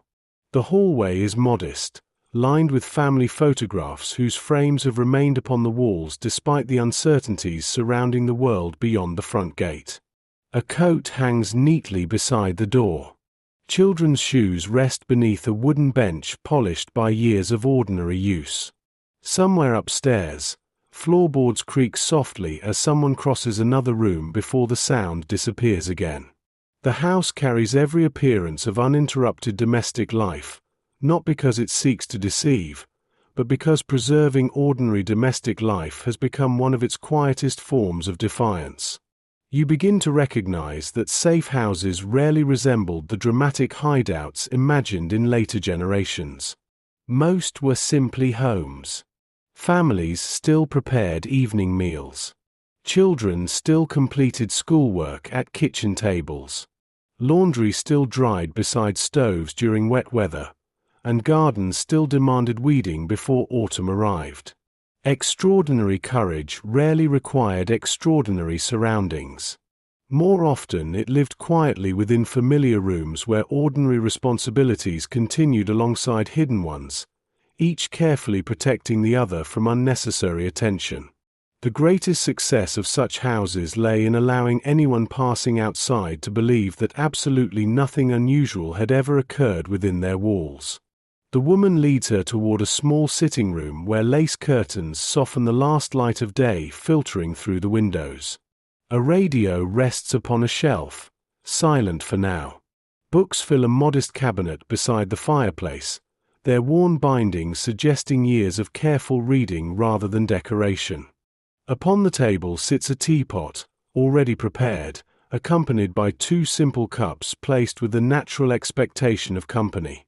Conversation begins exactly where any casual visitor might expect it to begin. They speak briefly of the weather, of the unusually dry harvest, of shortages that have made coffee increasingly difficult to obtain. Every sentence would sound entirely unremarkable if overheard through the open window. Only after several quiet minutes does the courier remove the folded railway timetable from her satchel. She places it gently upon the table, not handing it directly to the woman, not unfolding it, simply setting it down beside the teapot as though it were nothing more significant than yesterday's newspaper left behind after an ordinary journey. For a few moments, neither of them reaches for it. The silence is neither hesitation nor uncertainty. It is discipline. The message has traveled safely across roads, bridges, stations, and villages precisely because everyone who touched it understood that urgency must never be allowed to look urgent. Outside, evening settles fully across the neighborhood. Lamps begin glowing softly behind nearby windows, bicycles return home one by one, and distant church bells quietly mark another passing hour. The house behind the garden remains exactly what every passerby believes it to be, an ordinary family home ending an ordinary day. Within its quiet walls, however, one unseen journey has just ended, while another, perhaps even more dangerous than the first, is only now beginning. The weight of small decisions. The folded timetable remains where it was placed, resting quietly beside the teapot while the room continues behaving as though nothing of consequence has entered it. Outside, the last natural light gives way to the softer glow of oil lamps and carefully shaded electric bulbs, their reflections appearing one by one in neighboring windows until the street resembles a chain of quiet domestic evenings joined together without interruption. Somewhere nearby, a gate closes gently as a family returns from visiting relatives. A bicycle rolls over loose gravel before coming to rest against another garden fence. The ordinary sounds of home gradually replace those of travel, yet the atmosphere inside the house has changed in a way no passerby could possibly perceive. Only after several more minutes does the woman reach for the folded paper. Her movements remain unhurried, almost absent-minded, as though she were merely clearing space upon the table before pouring tea. She slips the timetable beneath a newspaper already lying beside the cups, leaving both together without examining either. The gesture lasts scarcely longer than arranging a spoon or straightening a tablecloth. Nothing about it suggests that responsibility has quietly shifted from one person to another. There are no whispered acknowledgements, no visible relief, no ceremonial exchange marking the completion of an important task. The safest transfer is one that leaves neither participant feeling compelled to recognize that it has occurred. The courier accepts a cup of tea, warming her hands against the porcelain while conversation continues through subjects that belong entirely to ordinary life. They speak of the first signs of autumn arriving in nearby forests, of preserving vegetables before colder weather, and of the difficulty of repairing worn clothing when fabric has become increasingly scarce. Such conversations are not invented merely to disguise deeper intentions. They are genuine reflections of lives that continue beyond resistance work. Occupation has never suspended the ordinary demands of living. Gardens still require tending. Children still outgrow shoes. Roofs still leak after heavy rain. The hidden struggle exists alongside these concerns rather than replacing them, woven so carefully into everyday existence that separating one from the other becomes almost impossible. Many underground networks eventually discovered that routine offered greater protection than elaborate secrecy. Meetings scheduled at unusual hours attracted attention precisely because they appeared unusual. By contrast, an afternoon visit between neighbors, a shared meal after church, or a conversation over tea belonged naturally to the rhythm of community life. Resistance matured not by becoming increasingly dramatic, but by becoming increasingly ordinary. The strongest networks often resembled healthy neighborhoods more than military organizations, relying upon habits of mutual assistance that had existed long before occupation transformed them into instruments of survival. You begin to notice another quiet truth emerging from the room. Courage rarely announces itself while it is happening. Looking around the modest sitting room, nothing immediately reveals that either woman has accepted extraordinary risk simply by allowing the other to cross the front gate. The photographs remain upon the walls. The books still wait upon their shelves. Steam rises gently from untouched tea. History has a tendency to remember climactic moments, arrests, escapes, victories, executions, but much of its real weight rested inside evenings exactly like this one, where the future depended upon people behaving with remarkable calm while surrounded by objects that seemed determined to preserve the illusion of normal life. A clock upon the mantel quietly marks another quarter hour. Its steady ticking has accompanied family conversations, birthdays, illnesses, ordinary winters, and peaceful summers stretching back well before the war. It continues now with complete indifference to the folded message lying unseen beneath the newspaper. Time itself refuses to distinguish between commonplace evenings and dangerous ones. Every minute sounds exactly like the last. Yet with each measured beat, the window during which the next courier must safely continue the journey grows a little smaller. Somewhere beyond the neighborhood, trains continue arriving beneath darkening skies, patrols begin changing shifts, and roads that appeared harmless before sunset gradually acquire different patterns after nightfall. The first journey has ended without drama. The second has not yet begun. Between them lies this quiet room, where the greatest responsibility is not movement, but judgment, knowing precisely when an ordinary evening should remain ordinary, and when it is finally time for another unseen traveler to step back onto the road. Darkness settles gradually rather than completely. Beyond the lace curtains, the street remains softly illuminated by scattered lamps whose light reaches only a short distance before yielding again to shadow. A light rain begins almost unnoticed, tapping gently against the window panes before settling into a steady rhythm upon rooftops, garden paths, and the leaves of fruit trees outside. The sound changes the neighborhood in subtle ways. Fewer footsteps pass along the pavement. Bicycles become less frequent. Conversations that had drifted through open windows retreat indoors. Evening has quietly encouraged the entire district to grow smaller, drawing lives inward behind doors that now seem warmer than they did only an hour before. The woman eventually excuses herself, carrying the folded newspaper into another room with the same unhurried manner she has maintained since the courier arrived. She is gone only briefly. When she returns, the newspaper has disappeared entirely, though nothing else about the room appears different. The tea remains warm. The clock continues marking the passing minutes with patient regularity. Somewhere upstairs, a child laughs softly before being reminded to lower his voice as bedtime approaches. No explanation is offered, and none is expected. Within experienced resistance networks, silence often served as confirmation more effectively than conversation ever could. If no one spoke of the message again, it was because the message had already begun moving beyond the need for words.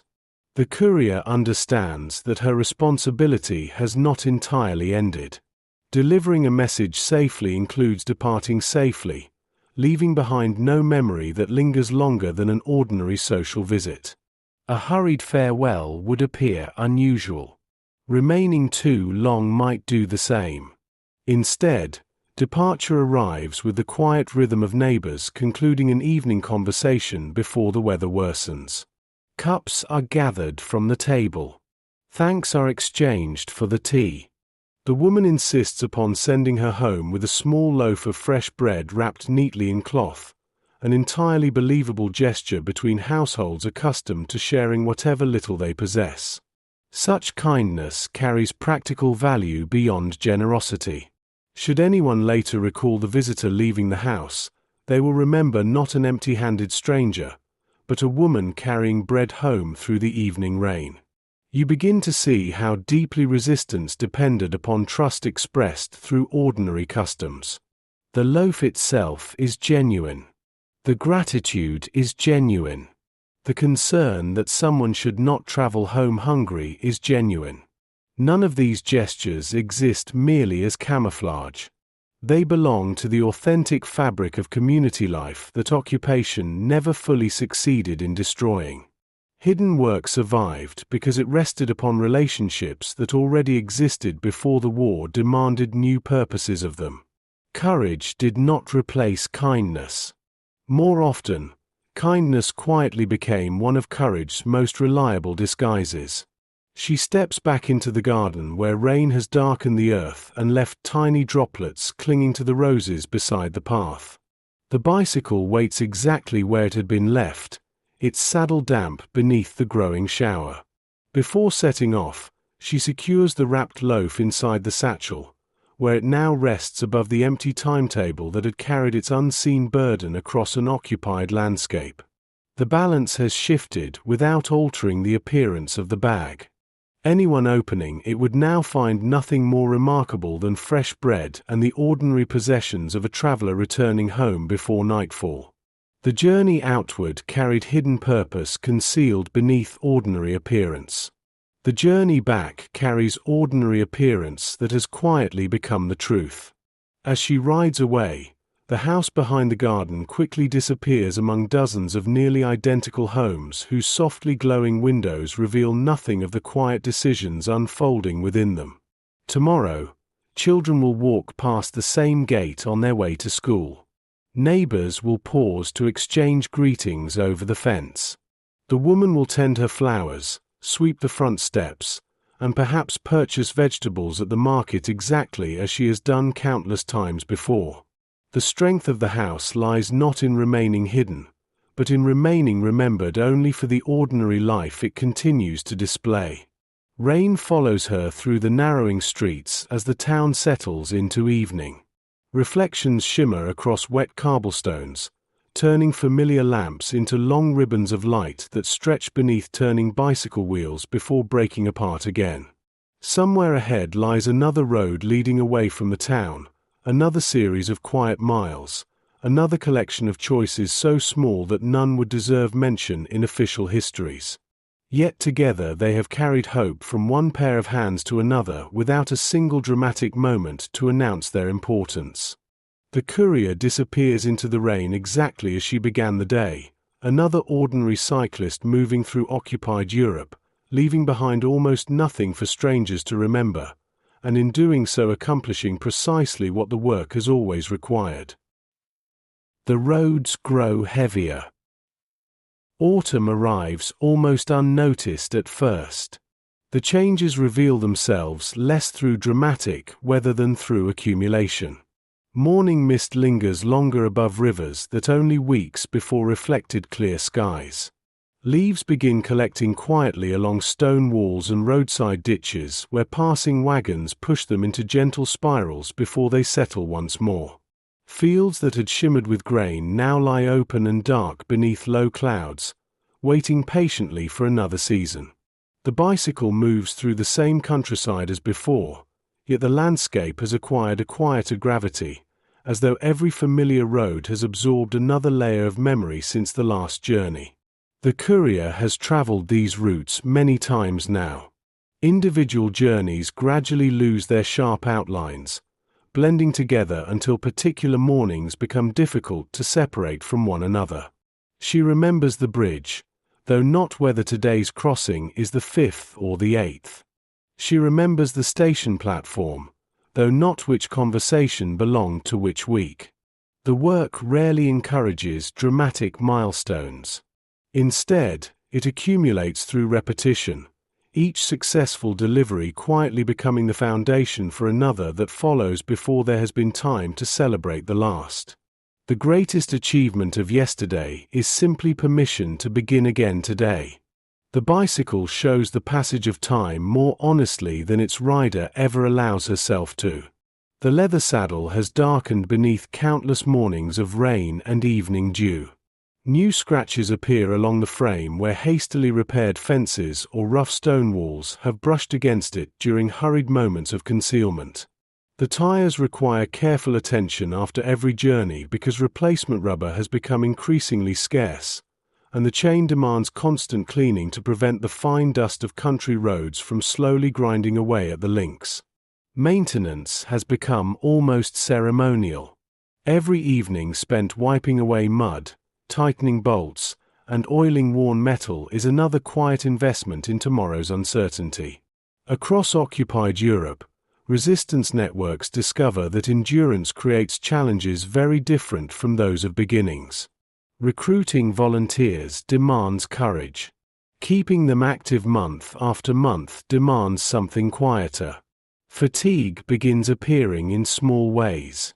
A safe house family sleeps less soundly after repeated visits.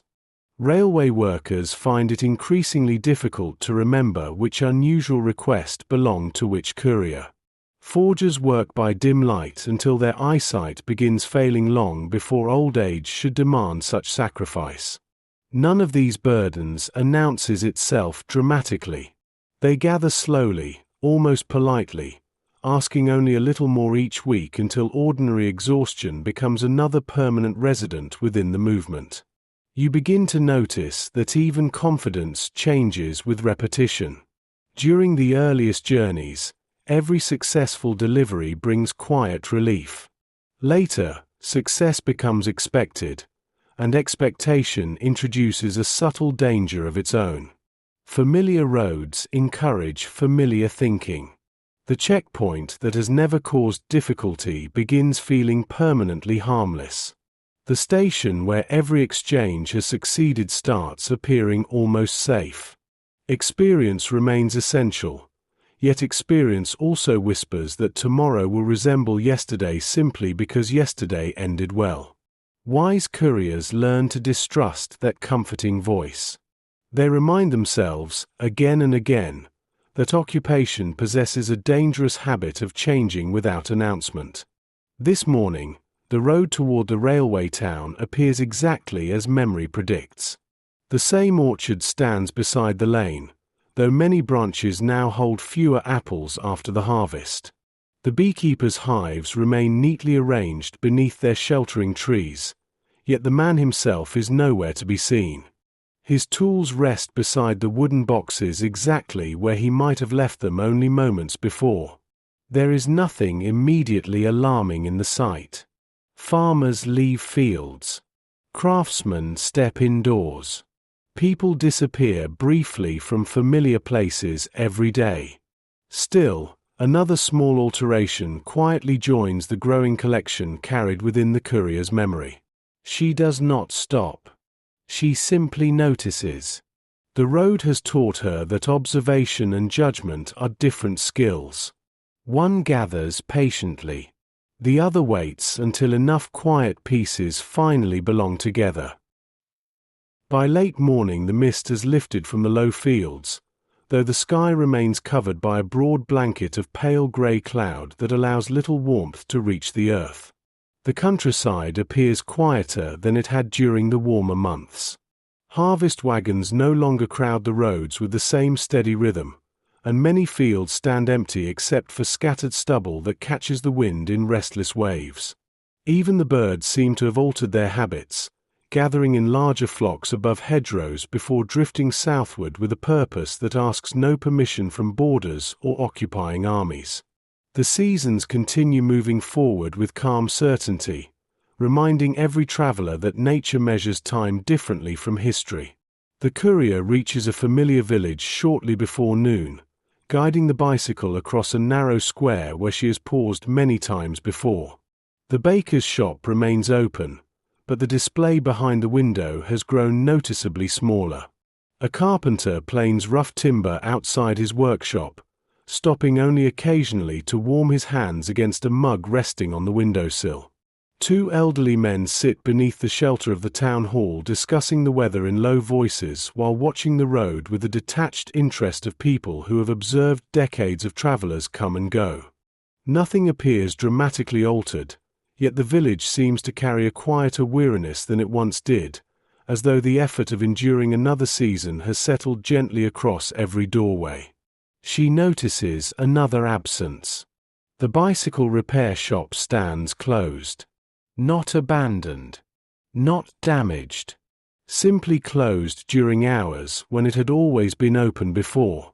The tools remain visible through the front window. A wheel still hangs from the same iron hook near the entrance. A half-finished repair rests upon the workbench exactly where someone might return to it after lunch. Yet the shutters remain drawn, and no faint ringing of metal against metal escapes into the street. One unusual absence means very little. Several unusual absences, remembered over successive journeys, begin quietly asking whether the landscape itself is changing beneath familiar appearances. Resistance couriers rarely possessed the luxury of immediate answers. Most observations remained unresolved for days or weeks. The missing beekeeper might simply be visiting family. The closed repair shop could belong to a craftsman recovering from illness. A familiar neighbor who failed to appear at the market might have traveled to another village before dawn. Wise networks discouraged hasty conclusions because fear has always shown remarkable talent for inventing patterns where none truly exist. Patience protected not only individuals but judgment itself. Information gained too quickly often proved less reliable than information allowed to mature through repeated observation. You begin to understand that uncertainty grows heavier with time rather than lighter. During the first months of clandestine work, every unexplained event can be dismissed as coincidence because the mind still expects ordinary life to continue beneath the occupation. After many months, however, memory becomes crowded with small questions that have never been fully answered.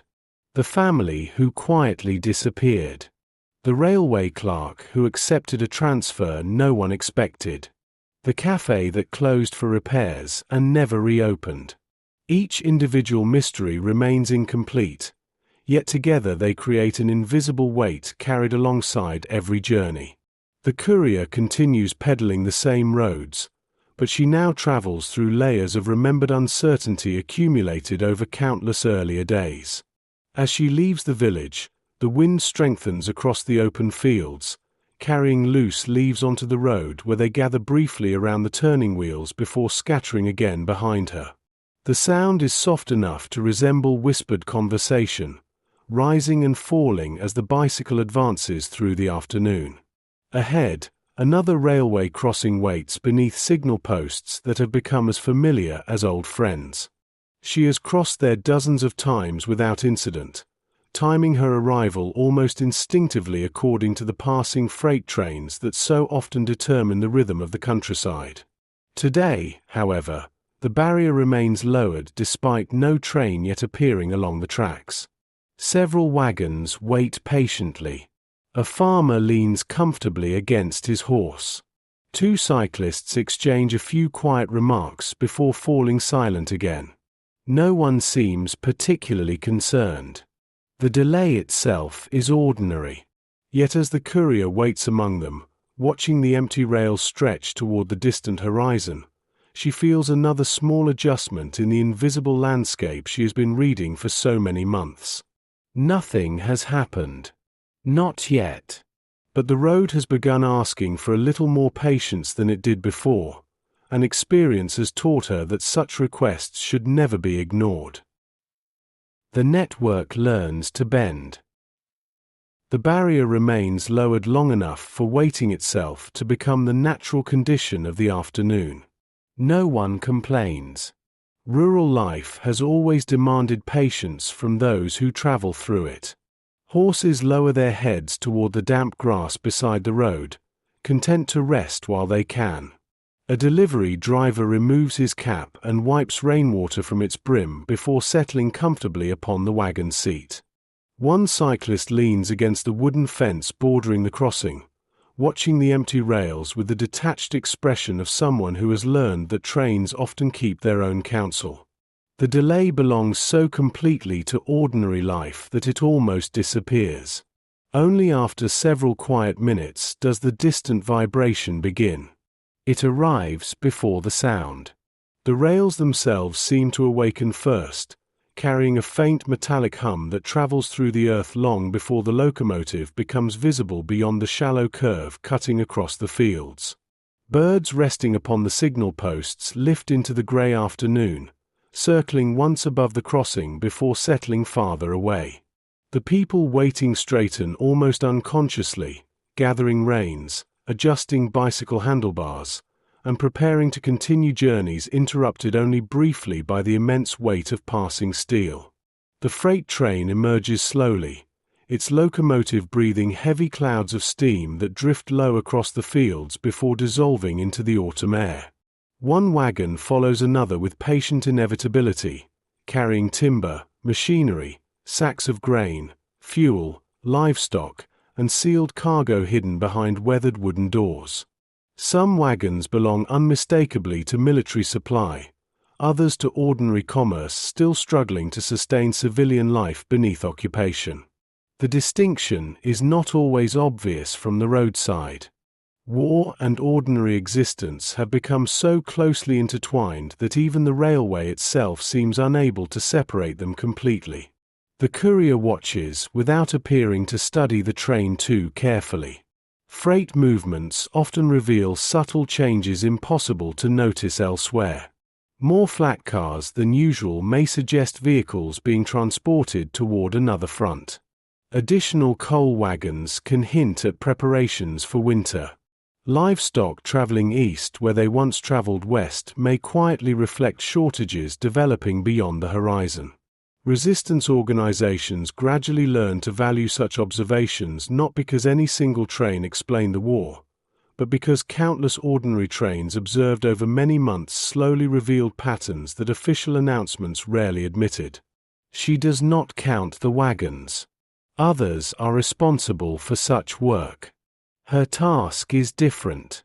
She simply notices that several railway workers standing farther along the crossing exchange unusually serious expressions while a heavily guarded section of the train passes between them. No gestures follow. No whispered conversations begin. One man merely removes his cap before placing it back upon his head, then returns his attention to the endless procession of wheels striking rail joints with their steady, measured rhythm. Whatever he has recognized remains entirely his own. The courier allows the observation to settle quietly beside all the others she has gathered over recent weeks without attempting to force it into immediate meaning. You begin to recognize that resistance movements gradually developed something resembling collective eyesight. No single courier witnessed enough to understand the entire occupation. No railway worker observed every transport. No farmer watched every road. No priest heard every whispered confession. Yet each person carried home small fragments gathered through ordinary work, fragments that often seemed insignificant in isolation. When patiently assembled by unseen hands elsewhere, however, they began revealing movements, shortages, transfers, preparations, and intentions too large for any individual observer to comprehend alone. The network did not depend upon extraordinary vision. It depended upon thousands of ordinary people seeing faithfully within the small worlds they already inhabited. The final wagons eventually disappear beyond distant trees, their fading rhythm lingering across the countryside long after the locomotive itself has vanished from sight. The crossing bell falls silent. The barrier rises slowly with familiar mechanical reluctance, and the waiting travelers resume their separate journeys almost at once, each returning to concerns that appear entirely personal. Horses begin walking. Bicycle wheels turn once more. Conversation resumes where it had paused only minutes earlier. To anyone watching from afar, nothing remarkable has occurred. Yet the courier carries forward something invisible again. Not a message. Not a document. A memory.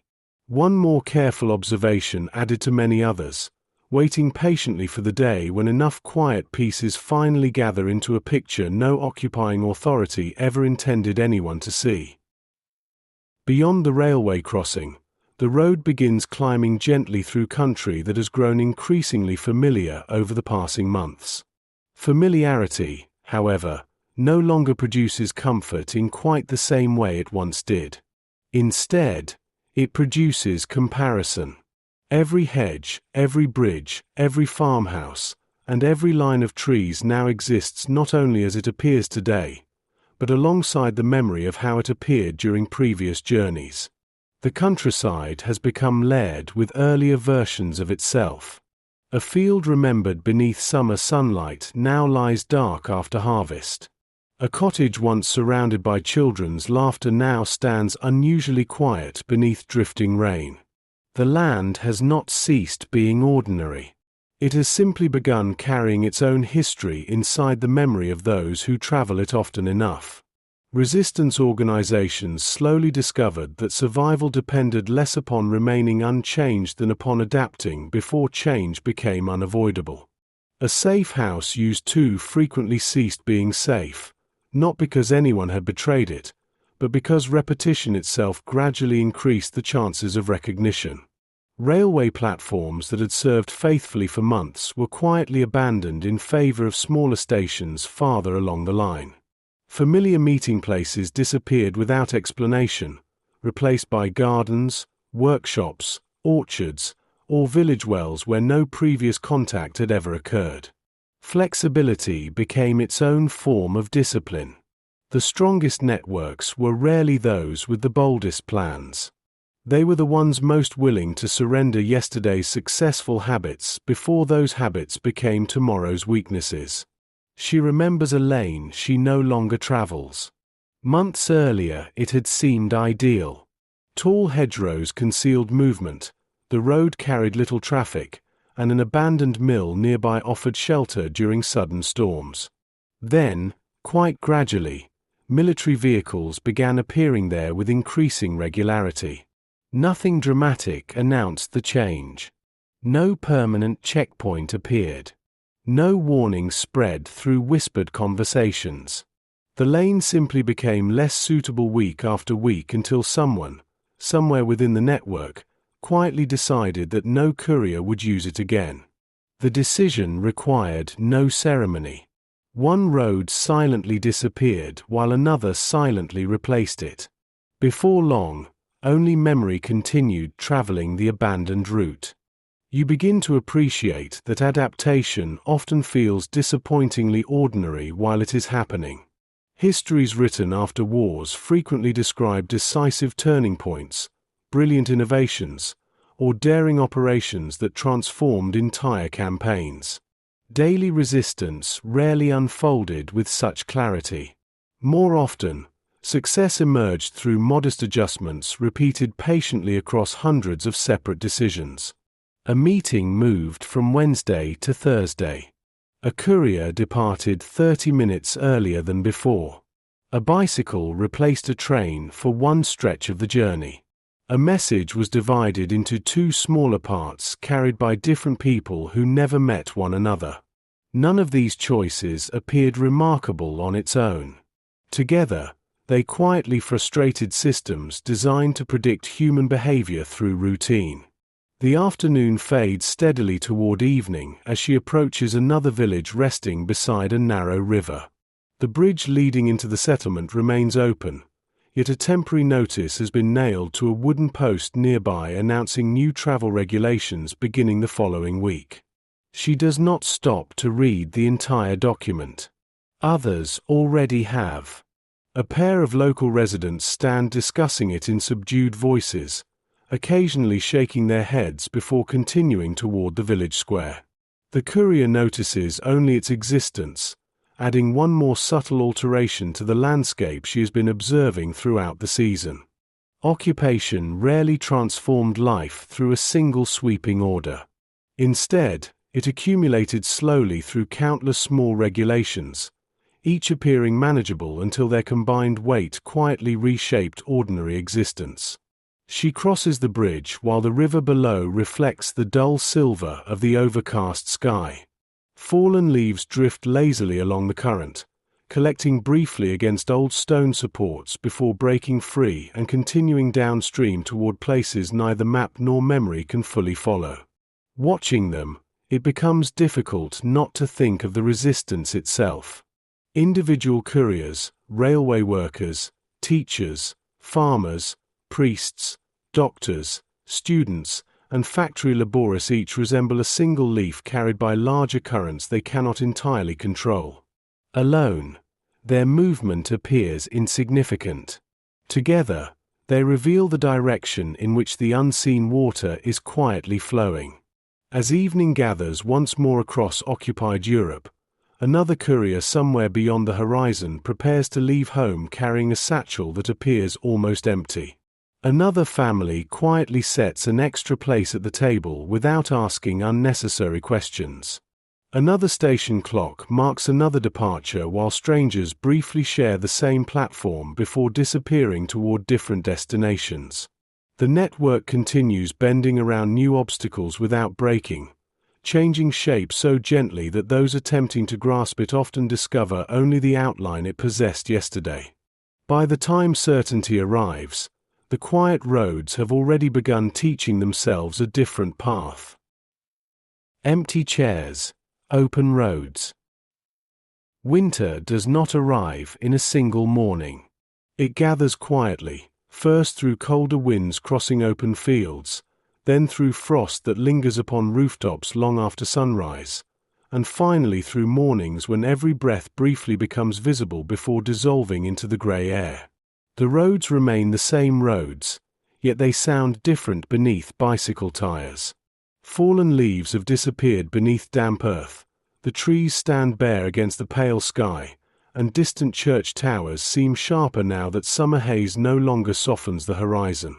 The countryside has surrendered many of its colors, leaving behind a quieter landscape where every movement appears slightly more exposed than before. The courier pulls her coat closer against the cold while following a familiar route toward another market town. Her pace has slowed almost imperceptibly, not from hesitation but from experience. Winter rewards steadiness more than speed. Ice forms unexpectedly beneath shaded bridges, rain becomes sleet without warning, and fingers numbed by cold lose the small precision upon which hidden work so often depends. Every journey now requires a little more preparation. Gloves must remain dry. Bicycle lamps must be checked before leaving home. A punctured tire that once caused inconvenience may now mean standing too long beside an empty road while daylight quietly disappears. The resistance changes with the season as surely as the landscape does. Windows that stood open during summer now remain closed, carrying conversations no farther than the walls surrounding them. Smoke rising from chimneys makes occupied towns visible from greater distances against the white sky.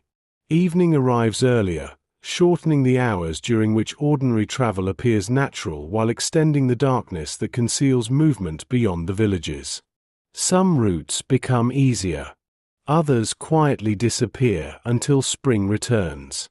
Adaptation continues, not because winter is an enemy, but because winter asks different questions from those the autumn roads had already taught them to answer. She reaches a village where she has stopped many times before, guiding the bicycle toward the bakery whose warm windows have become a familiar landmark through months of repeated journeys. The smell of fresh bread still drifts into the street exactly as it always has, comforting in its stubborn refusal to surrender to the surrounding uncertainty.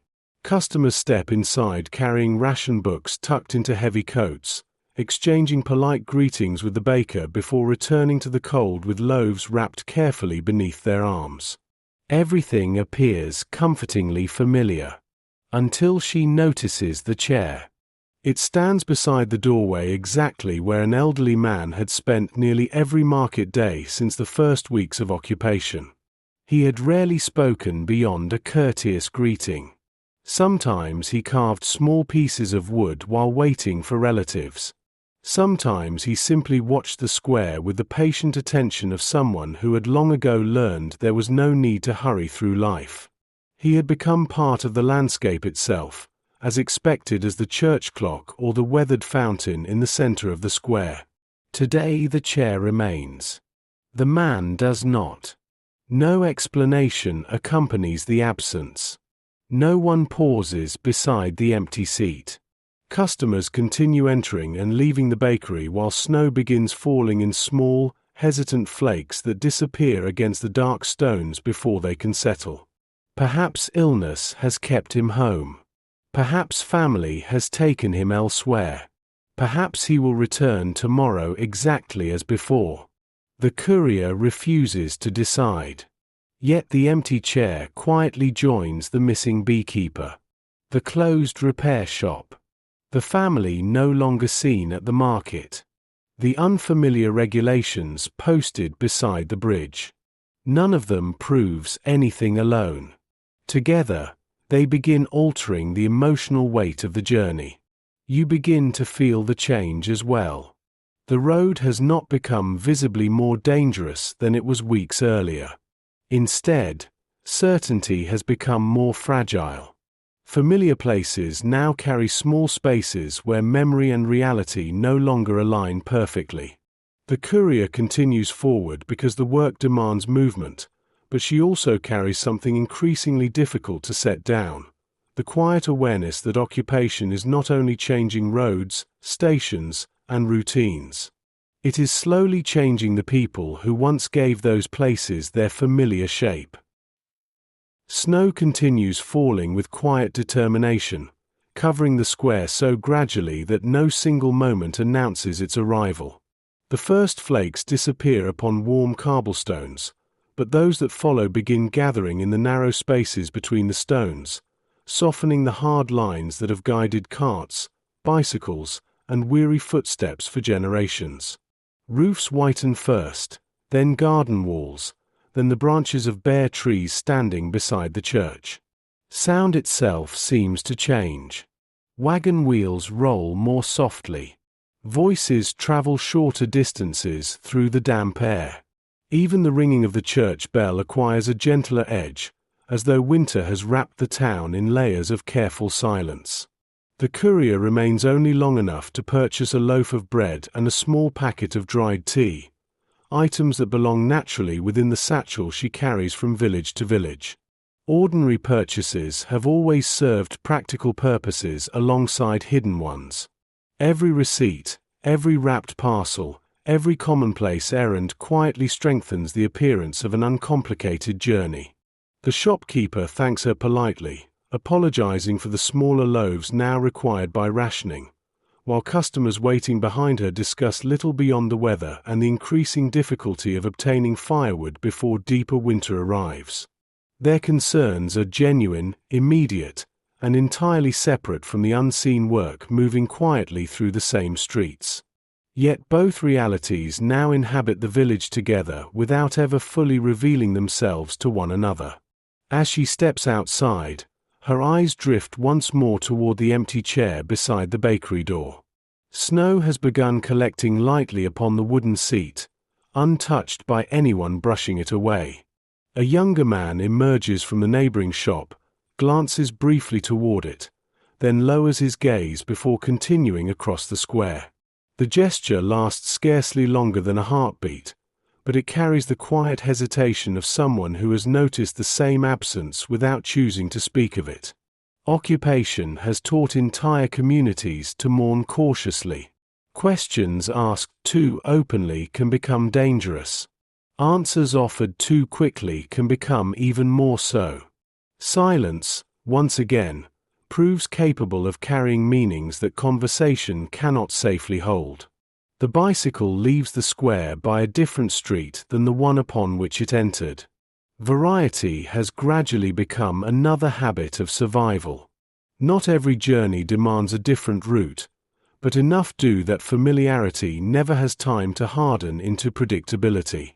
The road climbs gently beyond the last houses, where fields now lie beneath a thin blanket of fresh snow that smooths the furrows left by autumn plows. Fence posts rise like dark punctuation marks across the white landscape, while distant forests stand motionless beneath skies that seem almost colorless. Winter strips away many of the countryside's comforting distractions, revealing roads, buildings, and travelers with a clarity that both aids and troubles those who must move unseen through them. You begin to understand that the burden carried by experienced couriers extends beyond physical danger. It is also the burden of memory. Every journey adds another quiet layer to an internal map no one else can fully see. This crossroads once held a cheerful market. That farmhouse always smelled of apples drying for winter. The old beekeeper stood beneath those trees every Thursday.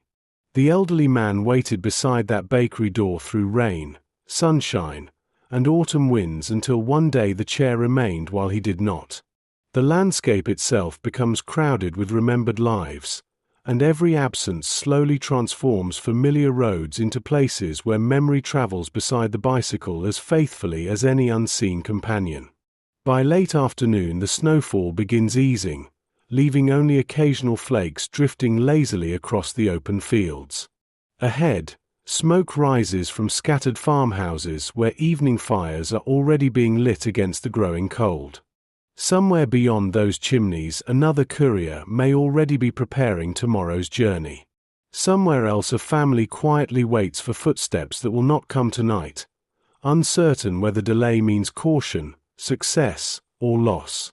The network continues because it must, bending gently around every disappearance without allowing grief to halt the quiet movement upon which so many unseen lives now depend.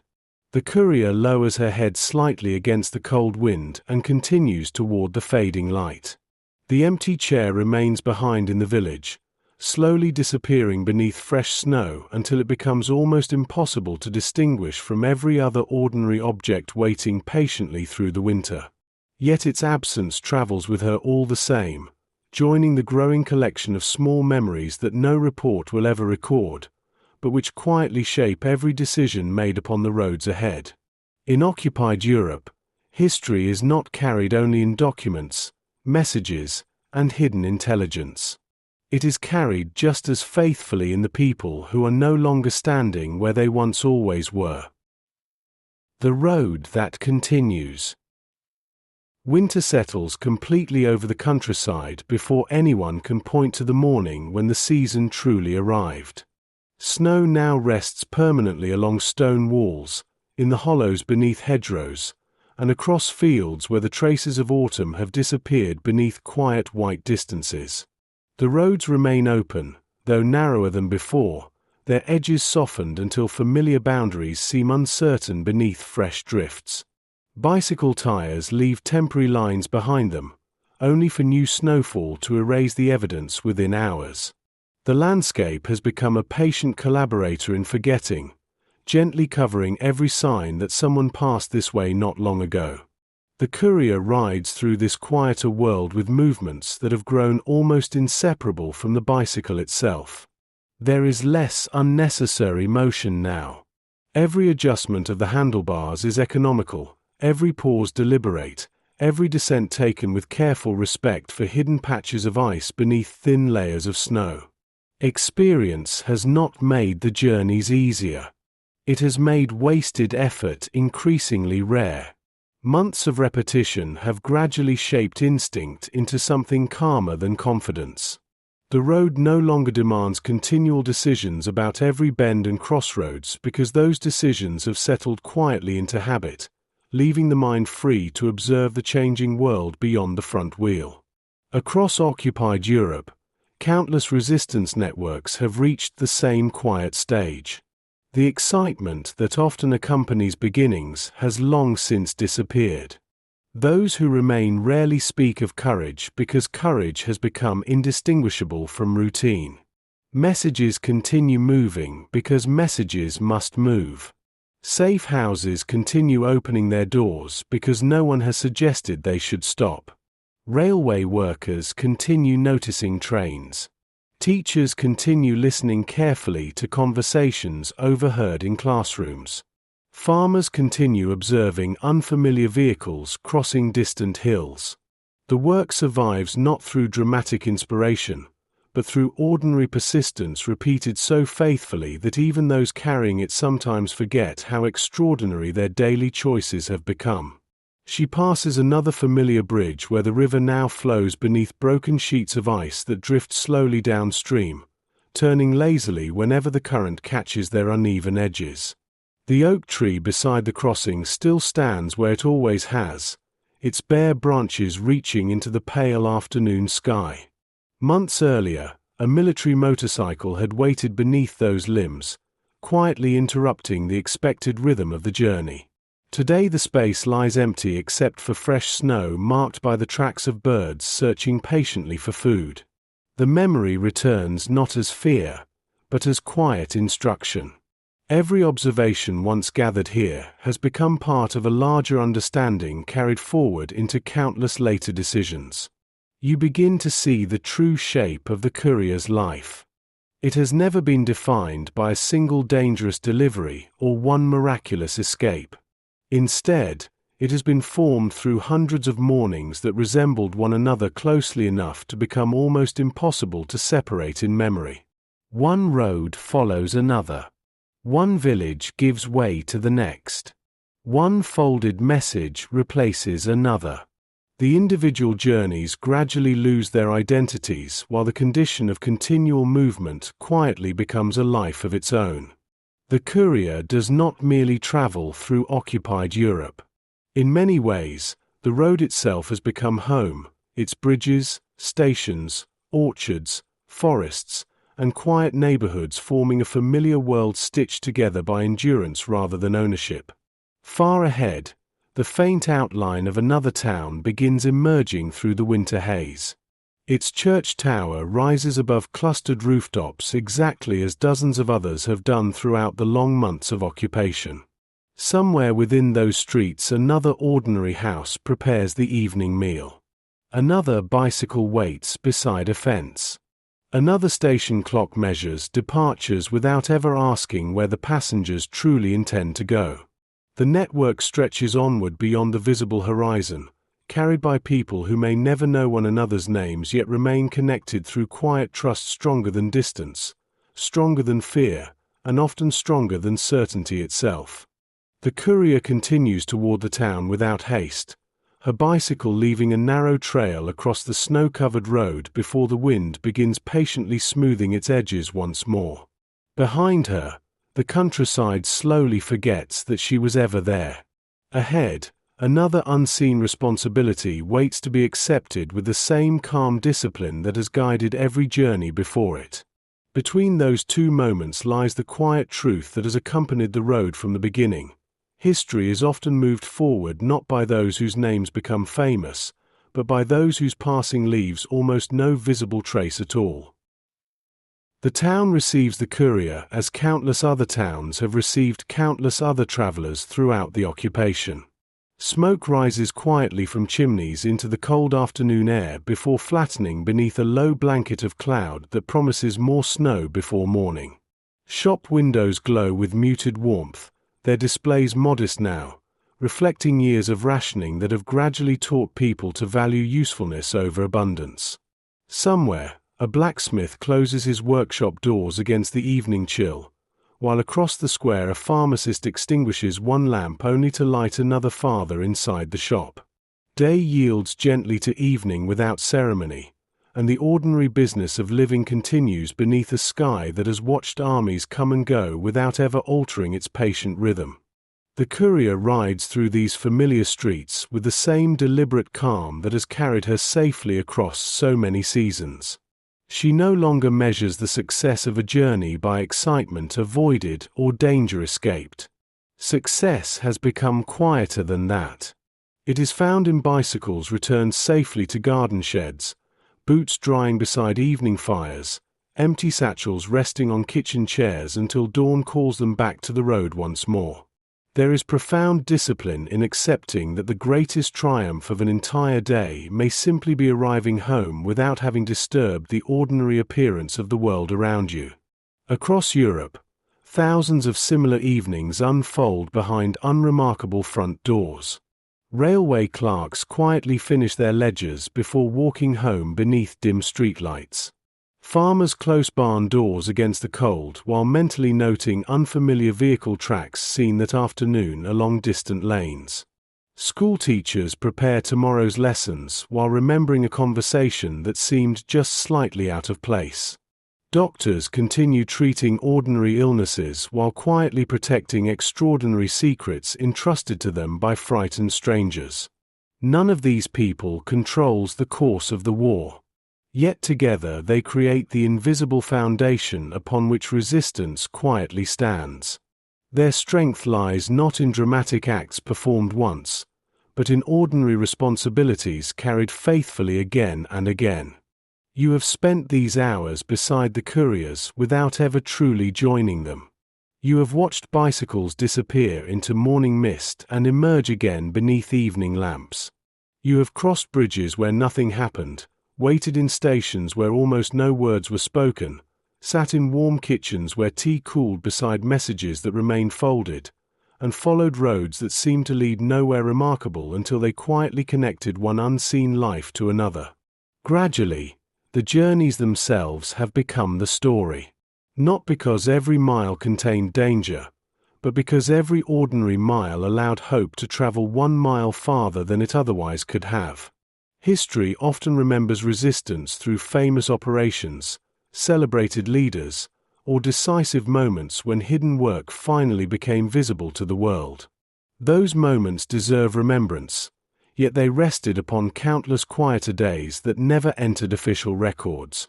Behind every successful escape, every intelligence report delivered, every life preserved, and every liberation eventually achieved stood years of ordinary movement carried by people whose names rarely appeared in newspapers or victory speeches. They learned to disappear so completely into everyday life that success often meant leaving no memory behind except the comforting impression that nothing unusual had happened at all. As darkness settles fully across the winter landscape, the courier reaches home much as she departed it before dawn. The bicycle is wheeled quietly inside. Damp gloves are placed near the stove to dry. The satchel, now empty once more, rests beside the door where it will remain until another ordinary morning asks it to carry something unseen across another ordinary road. Outside, fresh snow begins falling again, covering the narrow tire tracks that led here until the street appears untouched by travel. The world forgets with remarkable speed. Yet beneath that gentle blanket of white, every journey remains part of a larger path that countless unseen travelers have patiently built together, one careful delivery at a time.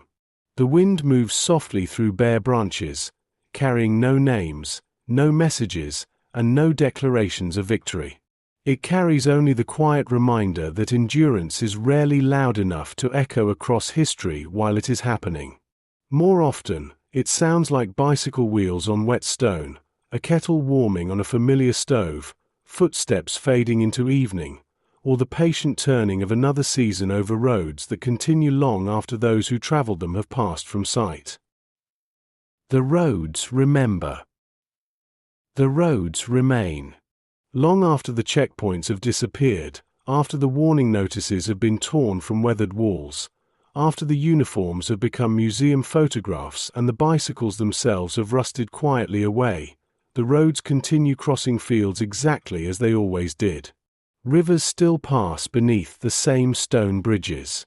Railway stations still welcome strangers whose journeys carry no hidden messages beyond the ordinary hopes of arriving safely. Gardens bloom again where careful hands once concealed extraordinary responsibilities beneath the appearance of everyday life. To anyone passing through today, these places seem peaceful enough that it becomes difficult to imagine how much depended upon remaining unnoticed. The resistance couriers rarely expected monuments. Most would probably have considered monuments slightly uncomfortable. Recognition, after all, had never been the purpose of the work. Their greatest successes occurred when nobody remembered seeing them at all. History naturally celebrates decisive battles, famous speeches, liberated cities, and the leaders whose decisions altered the course of nations. Yet beneath those visible moments flowed another current composed almost entirely of ordinary movement. A bicycle leaving before dawn. A train ticket purchased without hesitation. A loaf of bread carried through an occupied street. A folded piece of paper transferred across a table while tea slowly cooled beside it. None of these moments seemed capable of influencing history while they were happening. Their strength emerged only because they were repeated patiently, quietly, and together. Perhaps that is the gentlest lesson these roads still offer. The measure of courage is not always found in dramatic acts witnessed by many people. Sometimes it lives inside the willingness to remain ordinary while carrying extraordinary responsibility. Sometimes it asks nothing more than arriving where you promised, refusing to hurry when patience is safer, choosing silence when words might endanger someone else, and beginning the same difficult journey again tomorrow without expecting anyone beyond a few trusted souls ever to know that it happened.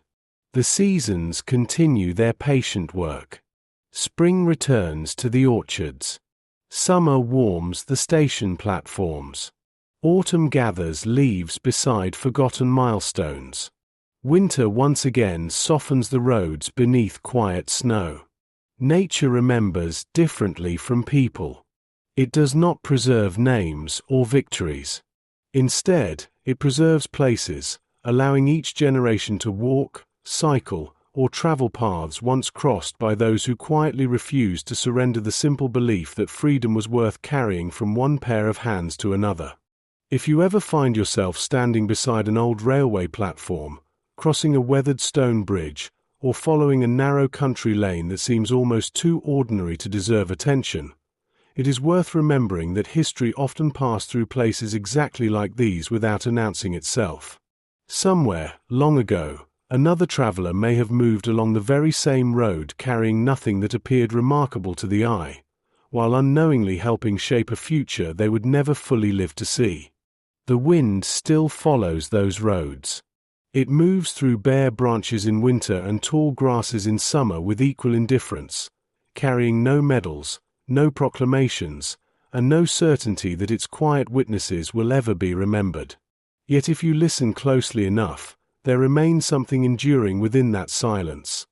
Not the echo of victory, nor even the memory of fear, but the steady rhythm of countless ordinary journeys whose greatest achievement was simply continuing. And perhaps that is why their story still matters. Because the world is often changed not only by those who stand in the brightest light, but also by those who spend years moving carefully through its shadows, leaving almost nothing behind except the possibility that someone else, somewhere farther along the road, might safely continue the journey. You've been part of Echoes of War, where stories rise on quiet wings, and the past still circles above us, refusing to land.